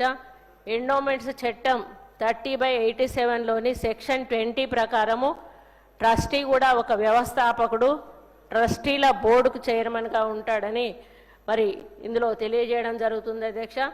అడ్వకేట్ జనరల్ అభిప్రాయం ప్రకారము సంవత్సరానికి 100 కోట్లు దాటిన సంస్థలకు వ్యవస్థాపకుడు కాకుండా చైర్మన్ను ప్రభుత్వం నియమించుకునేలా ఒక నిబంధన చేయబడింది అధ్యక్ష. మరి ఎవరైతే ఈ ట్రస్టీ వాళ్ళు ఉంటారో వాళ్ళని అందులో మెంబర్గా పెట్టడం జరుగుతుంది. మరి వాళ్లకు ఓటు హక్కు కూడా కల్పించి మరి వాళ్ళు ప్రతి కంటిన్యూషన్ అలాగే వాళ్ళ కుటుంబం నుంచి ఒకరు మెంబర్గా ట్రస్టీ వాళ్ళు ఉండడం జరుగుతుంది అధ్యక్ష. సమగ్ర అభివృద్ధికి వనరుల సమర్థవంతంగా సమీకరించగల సామర్థ్యం ఉన్న చైర్మన్ను నియమించడానికి మరి ఇది ఉపకరిస్తుంది అధ్యక్ష. ఎందుకంటే మరి దాన్ని మనము ఆర్గనైజ్ చేయాలన్నా అడ్మినిస్ట్రేషన్ పరంగా అభివృద్ధి చేయాలన్నా కూడా ఒక మంచి వ్యక్తిని చైర్మన్గా పెట్టినప్పుడు అక్కడ మరి ఆ యొక్క ఆలయం అభివృద్ధి చెందడమే కాకుండా అక్కడ వచ్చినటువంటి భక్తులకు ఇంకా మంచి సౌకర్యాలు అందించి భక్తుల సంఖ్యను కూడా పెంచడమే కాకుండా మరి వాళ్ళ ఆధ్యాత్మికంగా మంచి మరి ఆలోచనతో తిరిగి ఇంటికి వెళ్ళే విధంగా చేసే అవకాశం ఉంటుంది అధ్యక్ష.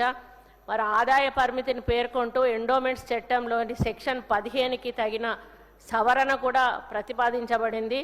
దీని ద్వారా ఆదాయం 100 కోట్ల కంటే ఎక్కువ ఉన్న దేవాలయాల మరియు సంస్థల పాలనకు ప్రభుత్వం ప్రత్యేక హోదా ఇవ్వడానికి కూడా వీలు కల్పిస్తుంది అధ్యక్ష.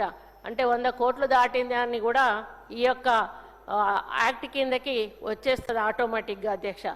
మరి తెలంగాణ రాష్ట్రంలోని అన్ని దేవాలయాలకు ధర్మకర్తల పదవీ కాలానికి 1 సంవత్సరం నుంచి 2 ఏళ్ల వరకు పొడిగిస్తూ సెక్షన్ 17(2) సవరణ కోసం ఒక నిబంధన కూడా ప్రవేశపెట్టడం జరిగింది అధ్యక్ష.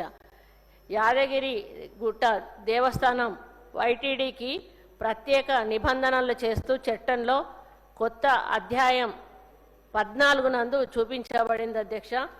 ఇవి మన పోలికల అధ్యక్ష టీటీడీకును వైటీడీ బోర్డుకి ఏంటి కంపారిజన్ అనేది మీకు మీ ద్వారా సభ్యుల దృష్టికి తీసుకొస్తున్నాను అధ్యక్ష. బోర్డు ఎట్లా ఏర్పాటైంది అనేది ముందుగా విభాగం 96 29 మంది సభ్యులు చైర్మన్తో టీటీడీలో ఉన్నారు అధ్యక్ష. అందులో ఎమ్మెల్యేలు 3, వాళ్ళు X officio members 4, secretary of government revenue, commissioner of endowment, chairman TUDA Tirupati, executive officer of Tirupati వీళ్ళు మెంబర్లుగా ఉంటారు. వాళ్ళు మొత్తం 29 మంది ఉంటారు అధ్యక్ష. మన వైటీడీ బోర్డులో 18 మంది మెంబర్స్ ఉంటారు అధ్యక్ష. కమిటీ మెంబర్స్ 10 మంది, chairman 1, 9 other members, 1 member of the state legislative, MLA or MLC, 1 from SC, 1 from BC, 1 from women ఉంటారు అధ్యక్ష. ఇందులో వంశపారంపర్యంగా వస్తున్న వాళ్ళు కూడా ఒకరు మెంబర్గా ఉండడం జరుగుతుంది అధ్యక్ష. 1 founder trustee and 4 other members ఉండడం జరుగుతుంది అధ్యక్ష. Ex officio members principal secretary revenue, incharge of endowments, commissioner of endowments, executive officer of Yadagirigutta, అదేవిధంగా వైస్ చైర్మన్ వైటీడీఏ, స్థానాచార్య ఆఫ్ యాదగిరిగుట్ట, అదేవిధంగా chief secretary for a initial period of 2 years, district collector for a initial period of 5 years, founder trustee of Yadagiri వీళ్ళందరూ కూడా మరి ఇందులో బోర్డులో మెంబర్గా ఉంటారు అధ్యక్ష. గతంలో 14 మంది ఉండేవాళ్ళు అధ్యక్ష. ఇప్పుడు ఇది 18 మందికి ఈ సంఖ్య పెరిగింది అధ్యక్ష. మరి అధికారాలు విధులు అనేటివి విభాగం 97 కింద టీటీడీ యొక్క మొత్తం పరిపాలన ఉంటుంది అధ్యక్ష. ఇక్కడ కూడా వైటీడీ యొక్క మొత్తం పరిపాలన 99వ విభాగం కింద ఉండడం జరుగుతుంది అధ్యక్ష. బోర్డు పదవీ కాలం వచ్చి టీటీడీది 2 సంవత్సరాలు, మన వైటీడీది కూడా 2 సంవత్సరాలుగా ఉంటుంది అధ్యక్ష. చైర్మన్ మరియు సభ్యులకు జీతం గురించి వచ్చినప్పుడు వాళ్ళకు జీతభత్యాలు ఏమీ ఉండవు అధ్యక్ష. కాకపోతే వాళ్ళకు టీఏడిఏలు మాత్రం ఇవ్వడం జరుగుతుంది టీటీడీలో.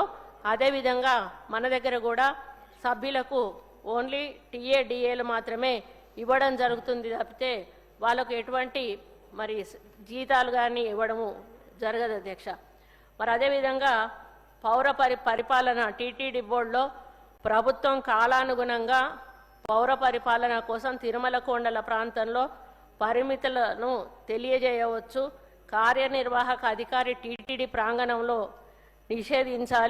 నిషేధించాల్సిన విషయాలు ఏంటంటే భిక్షాటన కానీ, పశువులను తినడం కానీ, మత్తు కలిగించే మద్యం లేదా మాదక ద్రవ్యాలను వినియోగించడం కానీ, జంతువులను వధించడం కానీ, చంపడం కానీ, కార్డులు పాచికలతో ఆట కానీ, లైసెన్స్ లేని వ్యాపారులు మరియు విక్రేతలు మొదలైనవి అక్కడ మరి అది నిషేధించడం జరుగుతుంది అధ్యక్ష టీటీడీలో.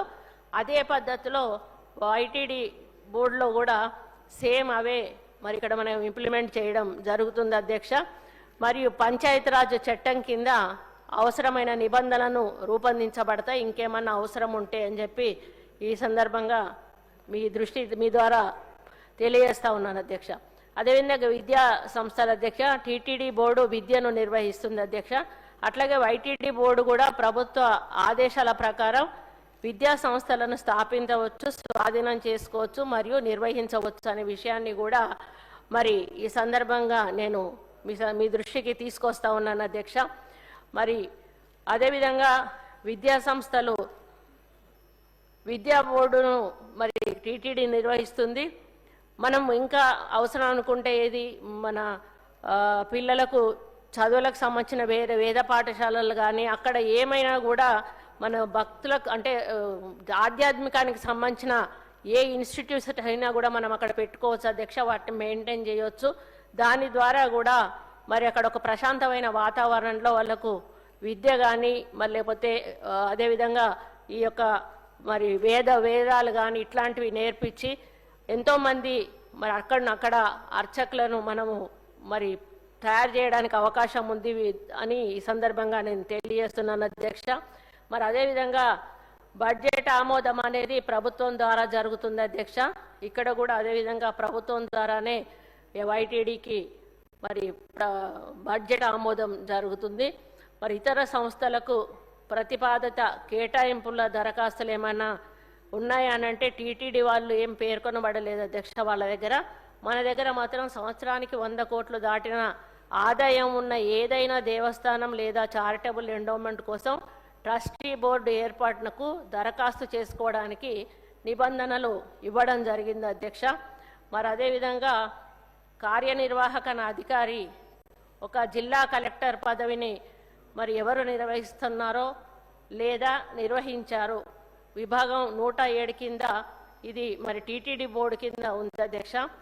మరి అది వైటీడీ కింద 109 విభాగం కింద ఐఏఎస్ అధికారి లేదా అదనపు కమిషనర్ స్థాయి అధికారి ఇక్కడ మరి ఈఓగా ఉండడం ఈఓ స్థాయిలో ఉండడం జరుగుతుంది అధ్యక్ష.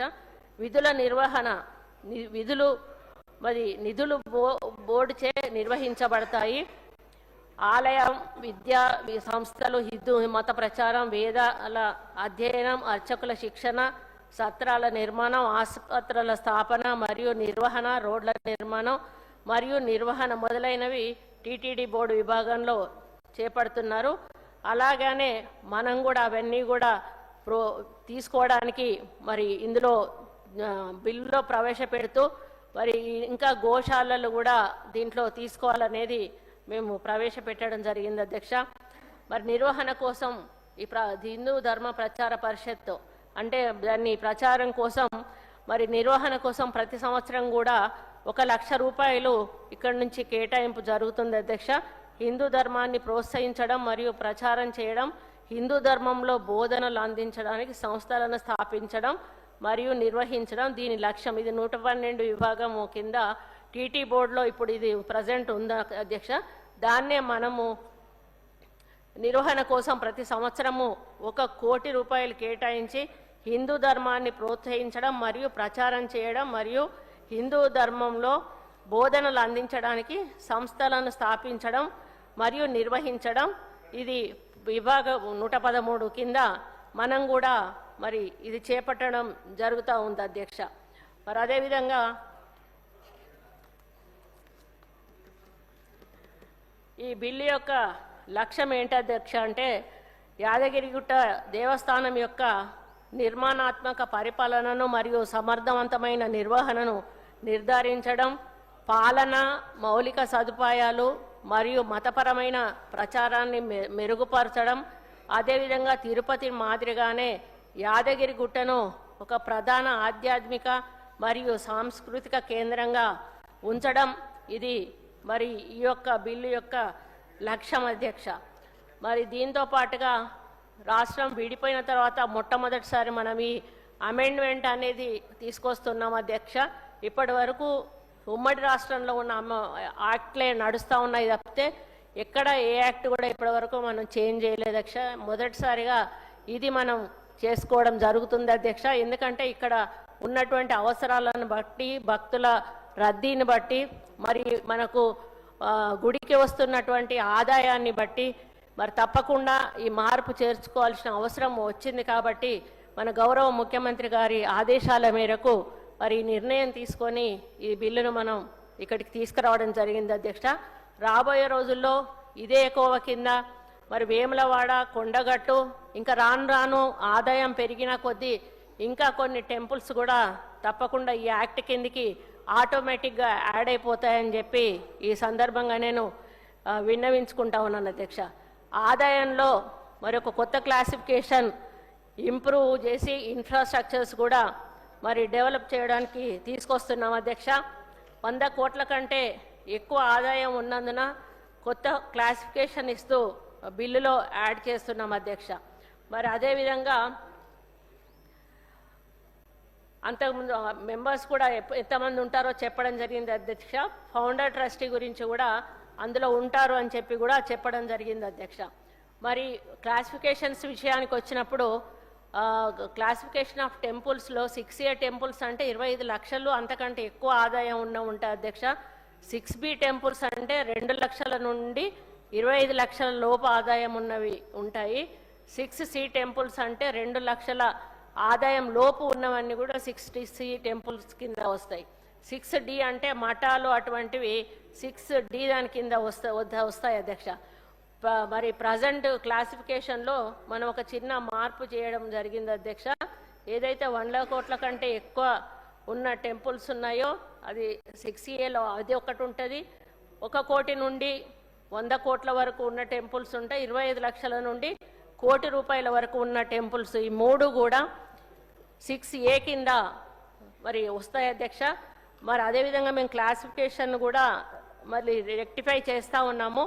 దానివల్ల మేము జీవో ఇష్యూ చేయడం వల్ల కూడా ఇంకా కొన్ని టెంపుల్స్లో వాటి యొక్క సెక్షన్స్ మారేటువంటి అవకాశం ఉంటాయని కూడా ఈ సందర్భంగా నేను తెలియజేస్తా ఉన్నాను అధ్యక్ష. యాదగిరిగుట్ట మరి దేవస్థానము మొత్తం 224 ఎకరాల్లో ఉంటే వేములవాడ దేవస్థానము 187 ఎకరాల్లో ఉంది. భద్రాచలం దేవస్థానం 55 ఎకరాల్లో ఉంది. బాసర దేవస్థానం 64 ఎకరాల్లో ఉంది. కొమరవల్లి దేవస్థానము మరి 45 దేవస్థానం 45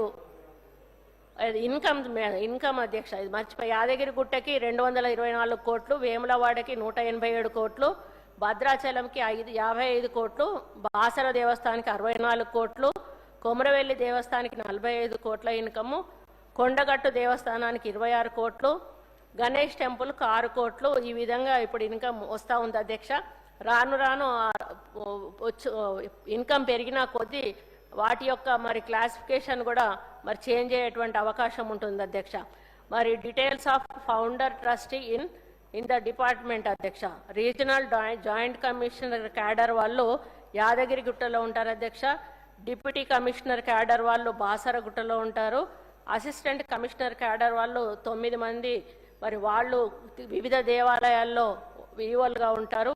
6A temples other than RJD or JC or AC cadre వాళ్ళు 38 మంది సిబ్బంది ఉన్నారు అధ్యక్ష.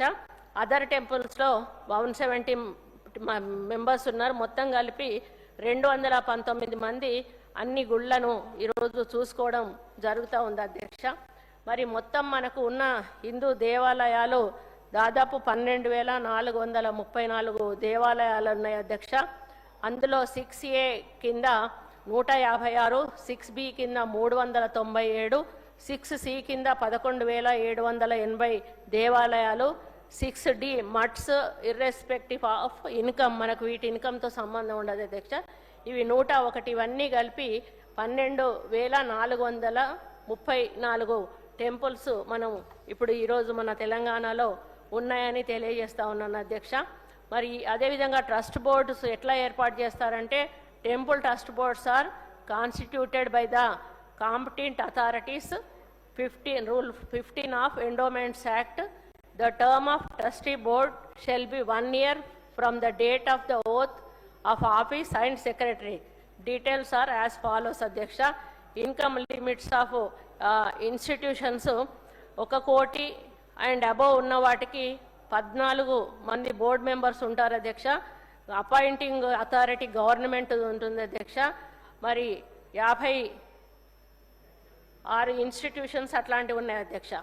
అదేవిధంగా 25 లక్షల నుంచి 1 కోటి రూపాయల మధ్యలో ఉన్న ఇన్కమ్ ఉన్నటువంటి 68 టెంపుల్స్ 14 ఉన్నాయి అధ్యక్ష. అది ధార్మిక పరిషత్ కింద ఉంది అధ్యక్ష. అవి 118 ఉన్నాయి అధ్యక్ష. అదేవిధంగా 2 లక్షల నుండి 25 లక్షల వరకు మరి 7 ట్రస్ట్ బోర్డ్స్ వేయడానికి 7 ఉన్నాయి అధ్యక్ష. అవి కమిషనర్ గారు వేస్తారు అధ్యక్ష. అట్లాంటి టెంపుల్స్ 3 అంటే 7 ఉంటారు బోర్డు మెంబర్స్. ఇది కమిషనర్ వేస్తారు. ఇది 372 టెంపుల్స్ ఉన్నాయి అధ్యక్ష. అప్ టు 2 lakhs ఇన్కమ్ ఉన్నాయి ఏవైతే ఉన్నాయో డిప్యూటీ కమిషనర్ గారు హైదరాబాదు, డిప్యూటీ కమిషనర్ గారు వరంగల్ వేస్తారని అధ్యక్ష. అవి 5 ఉన్నాయి అధ్యక్ష. అందులో 318 హైదరాబాద్ కమిషనర్ డిప్యూటీ కమిషనర్ పరిధిలోకి వస్తాయి. 79 వరంగల్ మరి డిప్యూటీ కమిషనర్ పరిధిలోకి వస్తాయని ఈ సందర్భంగా నేను తెలియజేస్తా ఉన్నాను అధ్యక్ష. మరి ఈ విధంగా నేను మరి మొత్తం గుడి వివరాలు ఉన్నటువంటి పరిస్థితులను చెప్పాను అధ్యక్ష. ఇప్పుడు మేము ఏమైతే ఈ యాక్ట్ పెట్టామో ఎందుకు పెట్టామో కూడా చాలా వివరంగా చెప్పడం జరిగింది అధ్యక్ష. మరి అక్కడ ఉన్నటువంటి ఇన్కమ్ని బట్టి వచ్చే భక్తులను బట్టి మరి తప్పకుండా దాన్ని ఈ విధమైన యాక్ట్ తీసుకొచ్చి అక్కడ పాలక మండలిని మరి ఏర్పాటు చేయాల్సిన అవసరం ఉంది. అది గుర్తించి మన ముఖ్యమంత్రి గారు ప్రత్యేకంగా మరి ఈ బిల్లును ప్రవేశపెట్టించి మరి సభ దృష్టికి తీసుకురావడం జరిగింది అధ్యక్ష.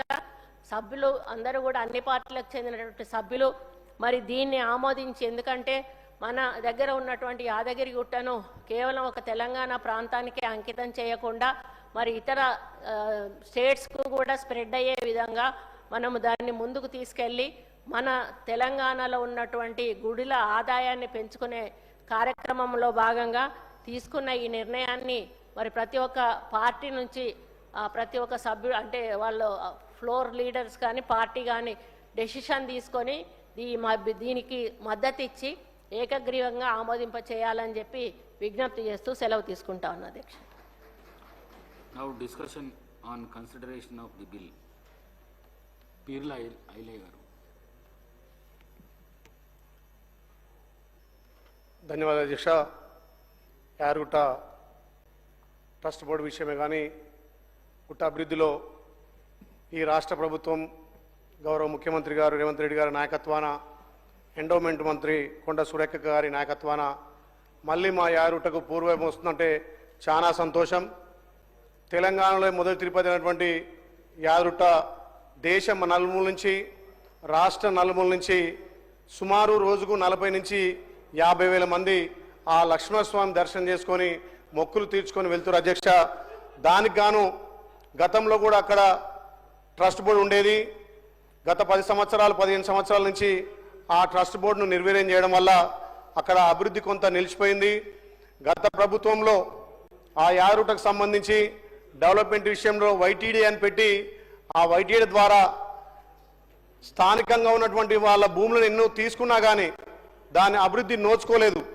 ఒక ప్రణాళికబద్ధంగా అక్కడ ట్రస్ట్ బోర్డు లేకపోవడంతో యారుగుట్ట గుడి నిర్మాణం అయింది తప్ప అక్కడ ఏ రకంగా అభివృద్ధి జరగలేదు. దానివల్ల రాష్ట్ర నలుమూలలో వచ్చే భక్తులకు అక్కడ నివాస యోగ్యం లేకపోవడంతో, అదేవిధంగా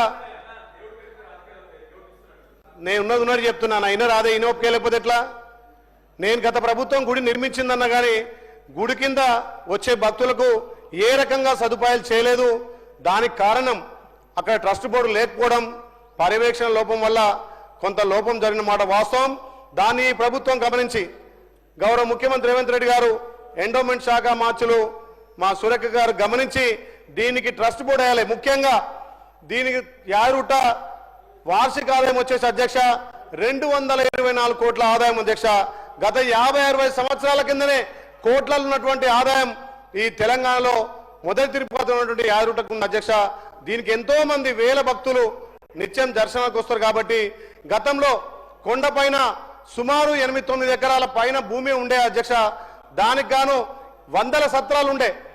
నా చిన్నతనంలోనే 50 సంవత్సరాల కిందనే సుమారు 108 సత్రాలు ఉండే అధ్యక్ష. రాష్ట్ర నలుమూలల కానీ వచ్చే భక్తులు దర్శనం చేసుకొని అవసరమైతే 1-2 రోజులు అక్కడనే స్వామివారి సేవలో అక్కడ నిద్రించి ఆ సత్రాలు ఉండే అధ్యక్ష. ఏదైతే యాదగిరిగుట్ట అభివృద్ధి పేరు మీద అక్కడ సత్రాలు తీసేసిర్రు, ఏదైతే 118-120 షాపులు ఉండే అధ్యక్ష, ఆ షాపులను కూడా తీసేసిర్రు. కనీసం 10 షాపులే ఉన్నాయి. ఎవరైనా భక్తులు వస్తే అక్కడ నిద్ర చేయడానికి కానీ ఏదైనా పర్చేజ్ చేయడానికి కానీ ఏమైనా కొనుక్కోవడానికి కానీ షాపులు లేకుండా పోయినాయి అధ్యక్ష. ఇవాళ మా గౌరవ ముఖ్యమంత్రి నిజంగా కూడా ఒక సాహసోపేత నిర్ణయం. తిరుమల తరహాలో టీటీడీ తరహాలో ఇలా వైటీడీ కూడా నిర్మిస్తామని చెప్పి అక్కడ ట్రస్ట్ బోర్డును కూడా ఏర్పాటు చేస్తామనడం చాలా సంతోషం అధ్యక్ష. వచ్చే భక్తులకు ఈ టీటీడీ ద్వారా ఎన్నో వసతులు కల్పించి రాష్ట్ర నలుమూలలో వచ్చే భక్తులకు అన్ని విధాల సౌకర్యాలు కల్పించడానికి ఇలా దోహదపడుతుంది కాబట్టి దీన్ని స్వాగతిస్తున్నాం అధ్యక్ష. ముఖ్యంగా అక్కడ టెంపుల్ సిటీ అని చెప్పి 1224 ఎకరాలు ఉంది అధ్యక్ష. దానికి గాను రాష్ట్ర నలుమూలలో కూడా ఎంతో మంది భక్తులు వచ్చి డొనేట్ చేస్తున్నారు, దాతలు ముందుకు వస్తున్నారు. మేము ఇక్కడ గెస్ట్ హౌస్ కడతాం, ఇలా అక్కడ డెవలప్ చేస్తామంటే కూడా బోర్డు లేకపోవడంతో దాన్ని పట్టించుకునే నాదులు లేకపోవడంతో చాలా ఇబ్బందులు పడుతున్నాయి. దాతలు కూడా వెనకపోతున్నారు అధ్యక్ష. నిజంగా అధ్యక్ష వచ్చే భక్తులకు గతంలో నేను చిన్నప్పటి చూసేది ఒక వైద్యశాల ఉండేది అధ్యక్ష. గోశాల ఇప్పుడు కూడా నడుస్తుంది, కానీ మెరుగైన వసతిలో గోశాల లేకపోవడంతో ఇంకా కూడా గోవులను సంరక్షించలేకపోతున్నాం. అదేవిధంగా అక్కడ వేద పాఠశాల ఉండాలి.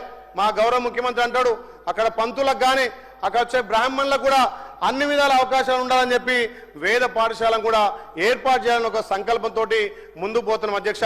దీనికి దాతలు కూడా రాష్ట్ర నలుమూల నుంచి పెద్ద ఎత్తున సహకరించడానికి వచ్చారు, కానీ అక్కడ బోర్డు లేకపోవడంతో ఎవరిని సంప్రదించాలి, ఏ రకంగా డొనేట్ చేయాలనేది ఒక మీమాంసంగా మిగిలిపోయింది. కాబట్టి ఈ బోర్డు ద్వారా గుట్ట ఇంకా కూడా ఎక్కువ అభివృద్ధి కావడానికి దోహదపడుతుంది అధ్యక్ష. ఇది ఒక మంచి నిర్ణయం. ముఖ్యంగా యాదగిరిగుట్ట అభివృద్ధి విషయంలో అధ్యక్ష స్థానికంగా ఎంతో మంది భక్తులు అక్కడ ఉన్నటువంటి భూములు కోల్పోయారు, షాపులు కోల్పోయారు, ఎక్కువ భూ నిర్వాసితున్నారు. వాళ్ళ గత ప్రభుత్వం ఏ రకంగా కూడా ఆ భూ నిర్వాసులకు కానీ గుట్ట అభివృద్ధి విషయంలో, రోడ్డు వెడల్పు విషయంలో అక్కడ భూములు కోల్పోయినా షాపులు కోల్పోయినా వాళ్ళకి ఎలాంటి వాళ్ళకి ఇబ్బంది నష్టపరిహారం ఇవ్వలేదు అధ్యక్ష. ఇలా 1241 ఎకరం ఇచ్చారంటే ఆ స్థానికులు ఆ గుడి అభివృద్ధి అయితే మాకు ఉపాధి దొరుకుతుంది, స్వామివారి కాళ్ళకాడ సేవ చేసుకోవచ్చు, మాకింత అవకాశం దొరుకుతుందని చెప్పి ఎంతో మంది ఆ గుడి అభివృద్ధి కోసం వైటీడీకి ల్యాండ్లు ఇచ్చారు అధ్యక్ష. ఆ ల్యాండ్లు ఇచ్చిన వాళ్ళకు కూడా ఏ రకంగా పైన ఉపాధి కానీ అక్కడ షాపులు ఇవ్వలేదు. గతంలో దాన్ని నమ్ముకొని 110 మంది షాపులు ఉండేది అధ్యక్ష. వచ్చిన వారికి సేవలు చేసుకుంటూ ఇలా అక్కడ బొమ్మలు కానీ కొబ్బరికాయలు కానీ స్వామివారికి కావాల్సినటువంటి వస్తువులను విక్రయించి పూలను విక్రయించి ఎంతో మంది ఉపాధి గడించేది. కానీ ఈ అభివృద్ధి పేరు మీద షాపులన్నీ కోల్పోయారు, ఒక 10 షాపులు మాత్రమే నడుస్తుంది అధ్యక్ష. ఇలా రాష్ట్ర నలుమూలలో రోజు 40-50 వేల మంది వస్తుంటే పార్కింగ్ సమస్య అధ్యక్ష.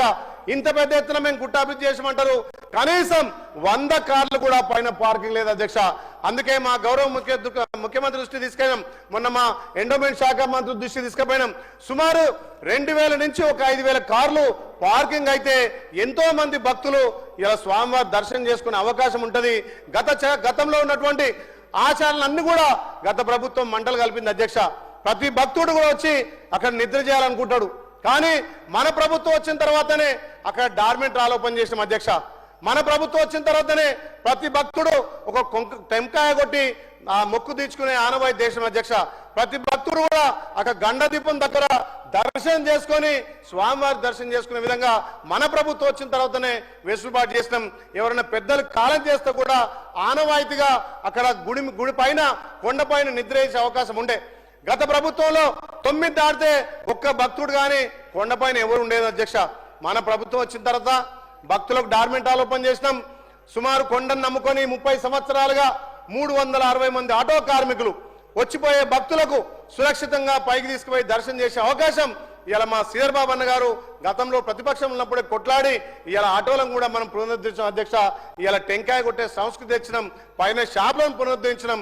ఇంకా కూడా ఈ బోర్డు ఏర్పాటు చేయడం వల్ల ఇలా దాతల సహకారంతో ఇంకా యారుటను ప్రపంచవ్యాప్తంగా వెలుగొందే విధంగా చేయడానికి ఒక మంచి ఆస్కారం. కాబట్టి నిజంగా మా గౌరవ ముఖ్యమంత్రి నిర్ణయం కానీ మా సురేఖక్క నిర్ణయం చాలా సాహసోపేత నిర్ణయం. ఈ ట్రస్ట్ను కూడా మంచి అనుభవజ్ఞులను, ఆధ్యాత్మికంగా ఉన్న వాళ్ళను, పరిపాలన మీద పట్టున్న వాళ్ళను చూసి వాళ్ళని వేయాల్సిందిగా లోకల్లో ఉన్నటువంటి వాళ్ళ మనోభావాలు దెబ్బతీయకుండా స్థానికుల ఉన్నటువంటి వాళ్ళ అభిప్రాయాలను కూడా తీసుకొని గుట్టతో పాటు స్వామివారి కాళ్ళ దగ్గర స్వామివారి సేవలో ఉండి 100 సంవత్సరాలు మా తాత తండ్రుల నుంచి స్వామివారిని నమ్ముకున్నాం. కాబట్టి అక్కడ స్థానికులకు కూడా కొండపైన అవకాశాలు కల్పించాల్సిందిగా ఆ పార్కింగ్ సమస్య కూడా చేయాలి అధ్యక్ష. ఏదైతే టెంపుల్ సిటీ ఉందో 1241 ఎకరం ఉంది అధ్యక్ష. చాలా మంది దాతలు ఉన్నారు. మంచి ఫిలిం సిటీ ఏర్పాటు చేయొచ్చు, అక్కడ మంచి రూపే చేయొచ్చు. తిరుపతి తరాల్లో ఇక్కడ అభివృద్ధి చెందదు. కాబట్టి ఈ బోర్డు వేయడం వల్ల ఇవన్నీ సాధ్యమవుతాయి. కాబట్టి ఈ బోర్డును మేము స్వాగతిస్తున్నాం. తప్పకుండా యాదరుట్టను మళ్ళీ పూర్వం తెచ్చి పాత ఉన్నటువంటి పద్ధతులను, గత సనాతన ధర్మం ఉన్నటువంటి గత సాంప్రదాయాలను, హిందూ సాంప్రదాయాలను రక్షించుకొని మన ప్రభుత్వం యాదరుట్టకు కొత్త వెలుగులు తెస్తుందని ఆశిస్తూ ఈ బోర్డును స్వాగతిస్తున్నాం అధ్యక్ష. అదేవిధంగా అధ్యక్ష ఒక్క నిమిషం నీకు అవకాశం ఇస్తాం అధ్యక్ష. భారతదేశంలోనే ఎక్కడ లేని విధంగా బంగారు గోపురం బంగారు తాపడంతో పాటు బంగారు గోపురం కూడా గౌరవ ముఖ్యమంత్రి వర్యులు రేవంత్ రెడ్డి గారి నాయకత్వాన, కొండ సురేఖ గారి నాయకత్వాన ఇలా మీరందరి మీ చేతుల మీదుగా ప్రారంభం చేసుకున్నాం. ఇంకా కూడా యారుట అభివృద్ధి విషయంలో కాంగ్రెస్ పార్టీ కట్టుబడి ఉంటుంది. గతంలో కూడా కాంగ్రెస్ పార్టీ హయాంలోనే అక్కడ బోర్డు ఏర్పాటు చేసినాం. గత ప్రభుత్వం వచ్చిన తర్వాత మరి అనివార్య కారణం వల్ల దేనివల్ల బోర్డు తీసేసింది, అక్కడ వైటీడీ అని పెట్టింది. ఆ వైటీడీ వల్ల కొన్ని నిర్ణయాలు తీసుకోలేక అభివృద్ధికి నోచుకోలేదు. కాబట్టి ఇప్పుడు వైటీడీ ద్వారా అభివృద్ధి చేస్తాం. కాబట్టి ఈ బోర్డు ఏర్పాటు చేయడం చాలా సంతోషం. యారుట్టను మళ్ళీ పూర్వం తెచ్చి ప్రపంచవ్యాప్తంగా శ్రీ లక్ష్మణస్వామి ఆశీస్సులు అందరి భక్తులకు ఉండే విధంగా ఈ ప్రభుత్వం చర్యలు తీసుకుంటుంది. తప్పకుండా యారుట అభివృద్ధి విషయంలో ఈ ప్రభుత్వం ముందుకు పోతుంది. ఈ వచ్చే బడ్జెట్ లో కూడా గుట్ట అభివృద్ధి కోసం ఎక్కువ నిధులు కేటాయించడానికి గౌరవ ముఖ్యమంత్రిని, మా ఎండోమెంట్ మినిస్టర్ గారిని కోరడం జరుగుతుందని చేశారు. Thank you. వేముల ప్రశాంత్ రెడ్డి గారు.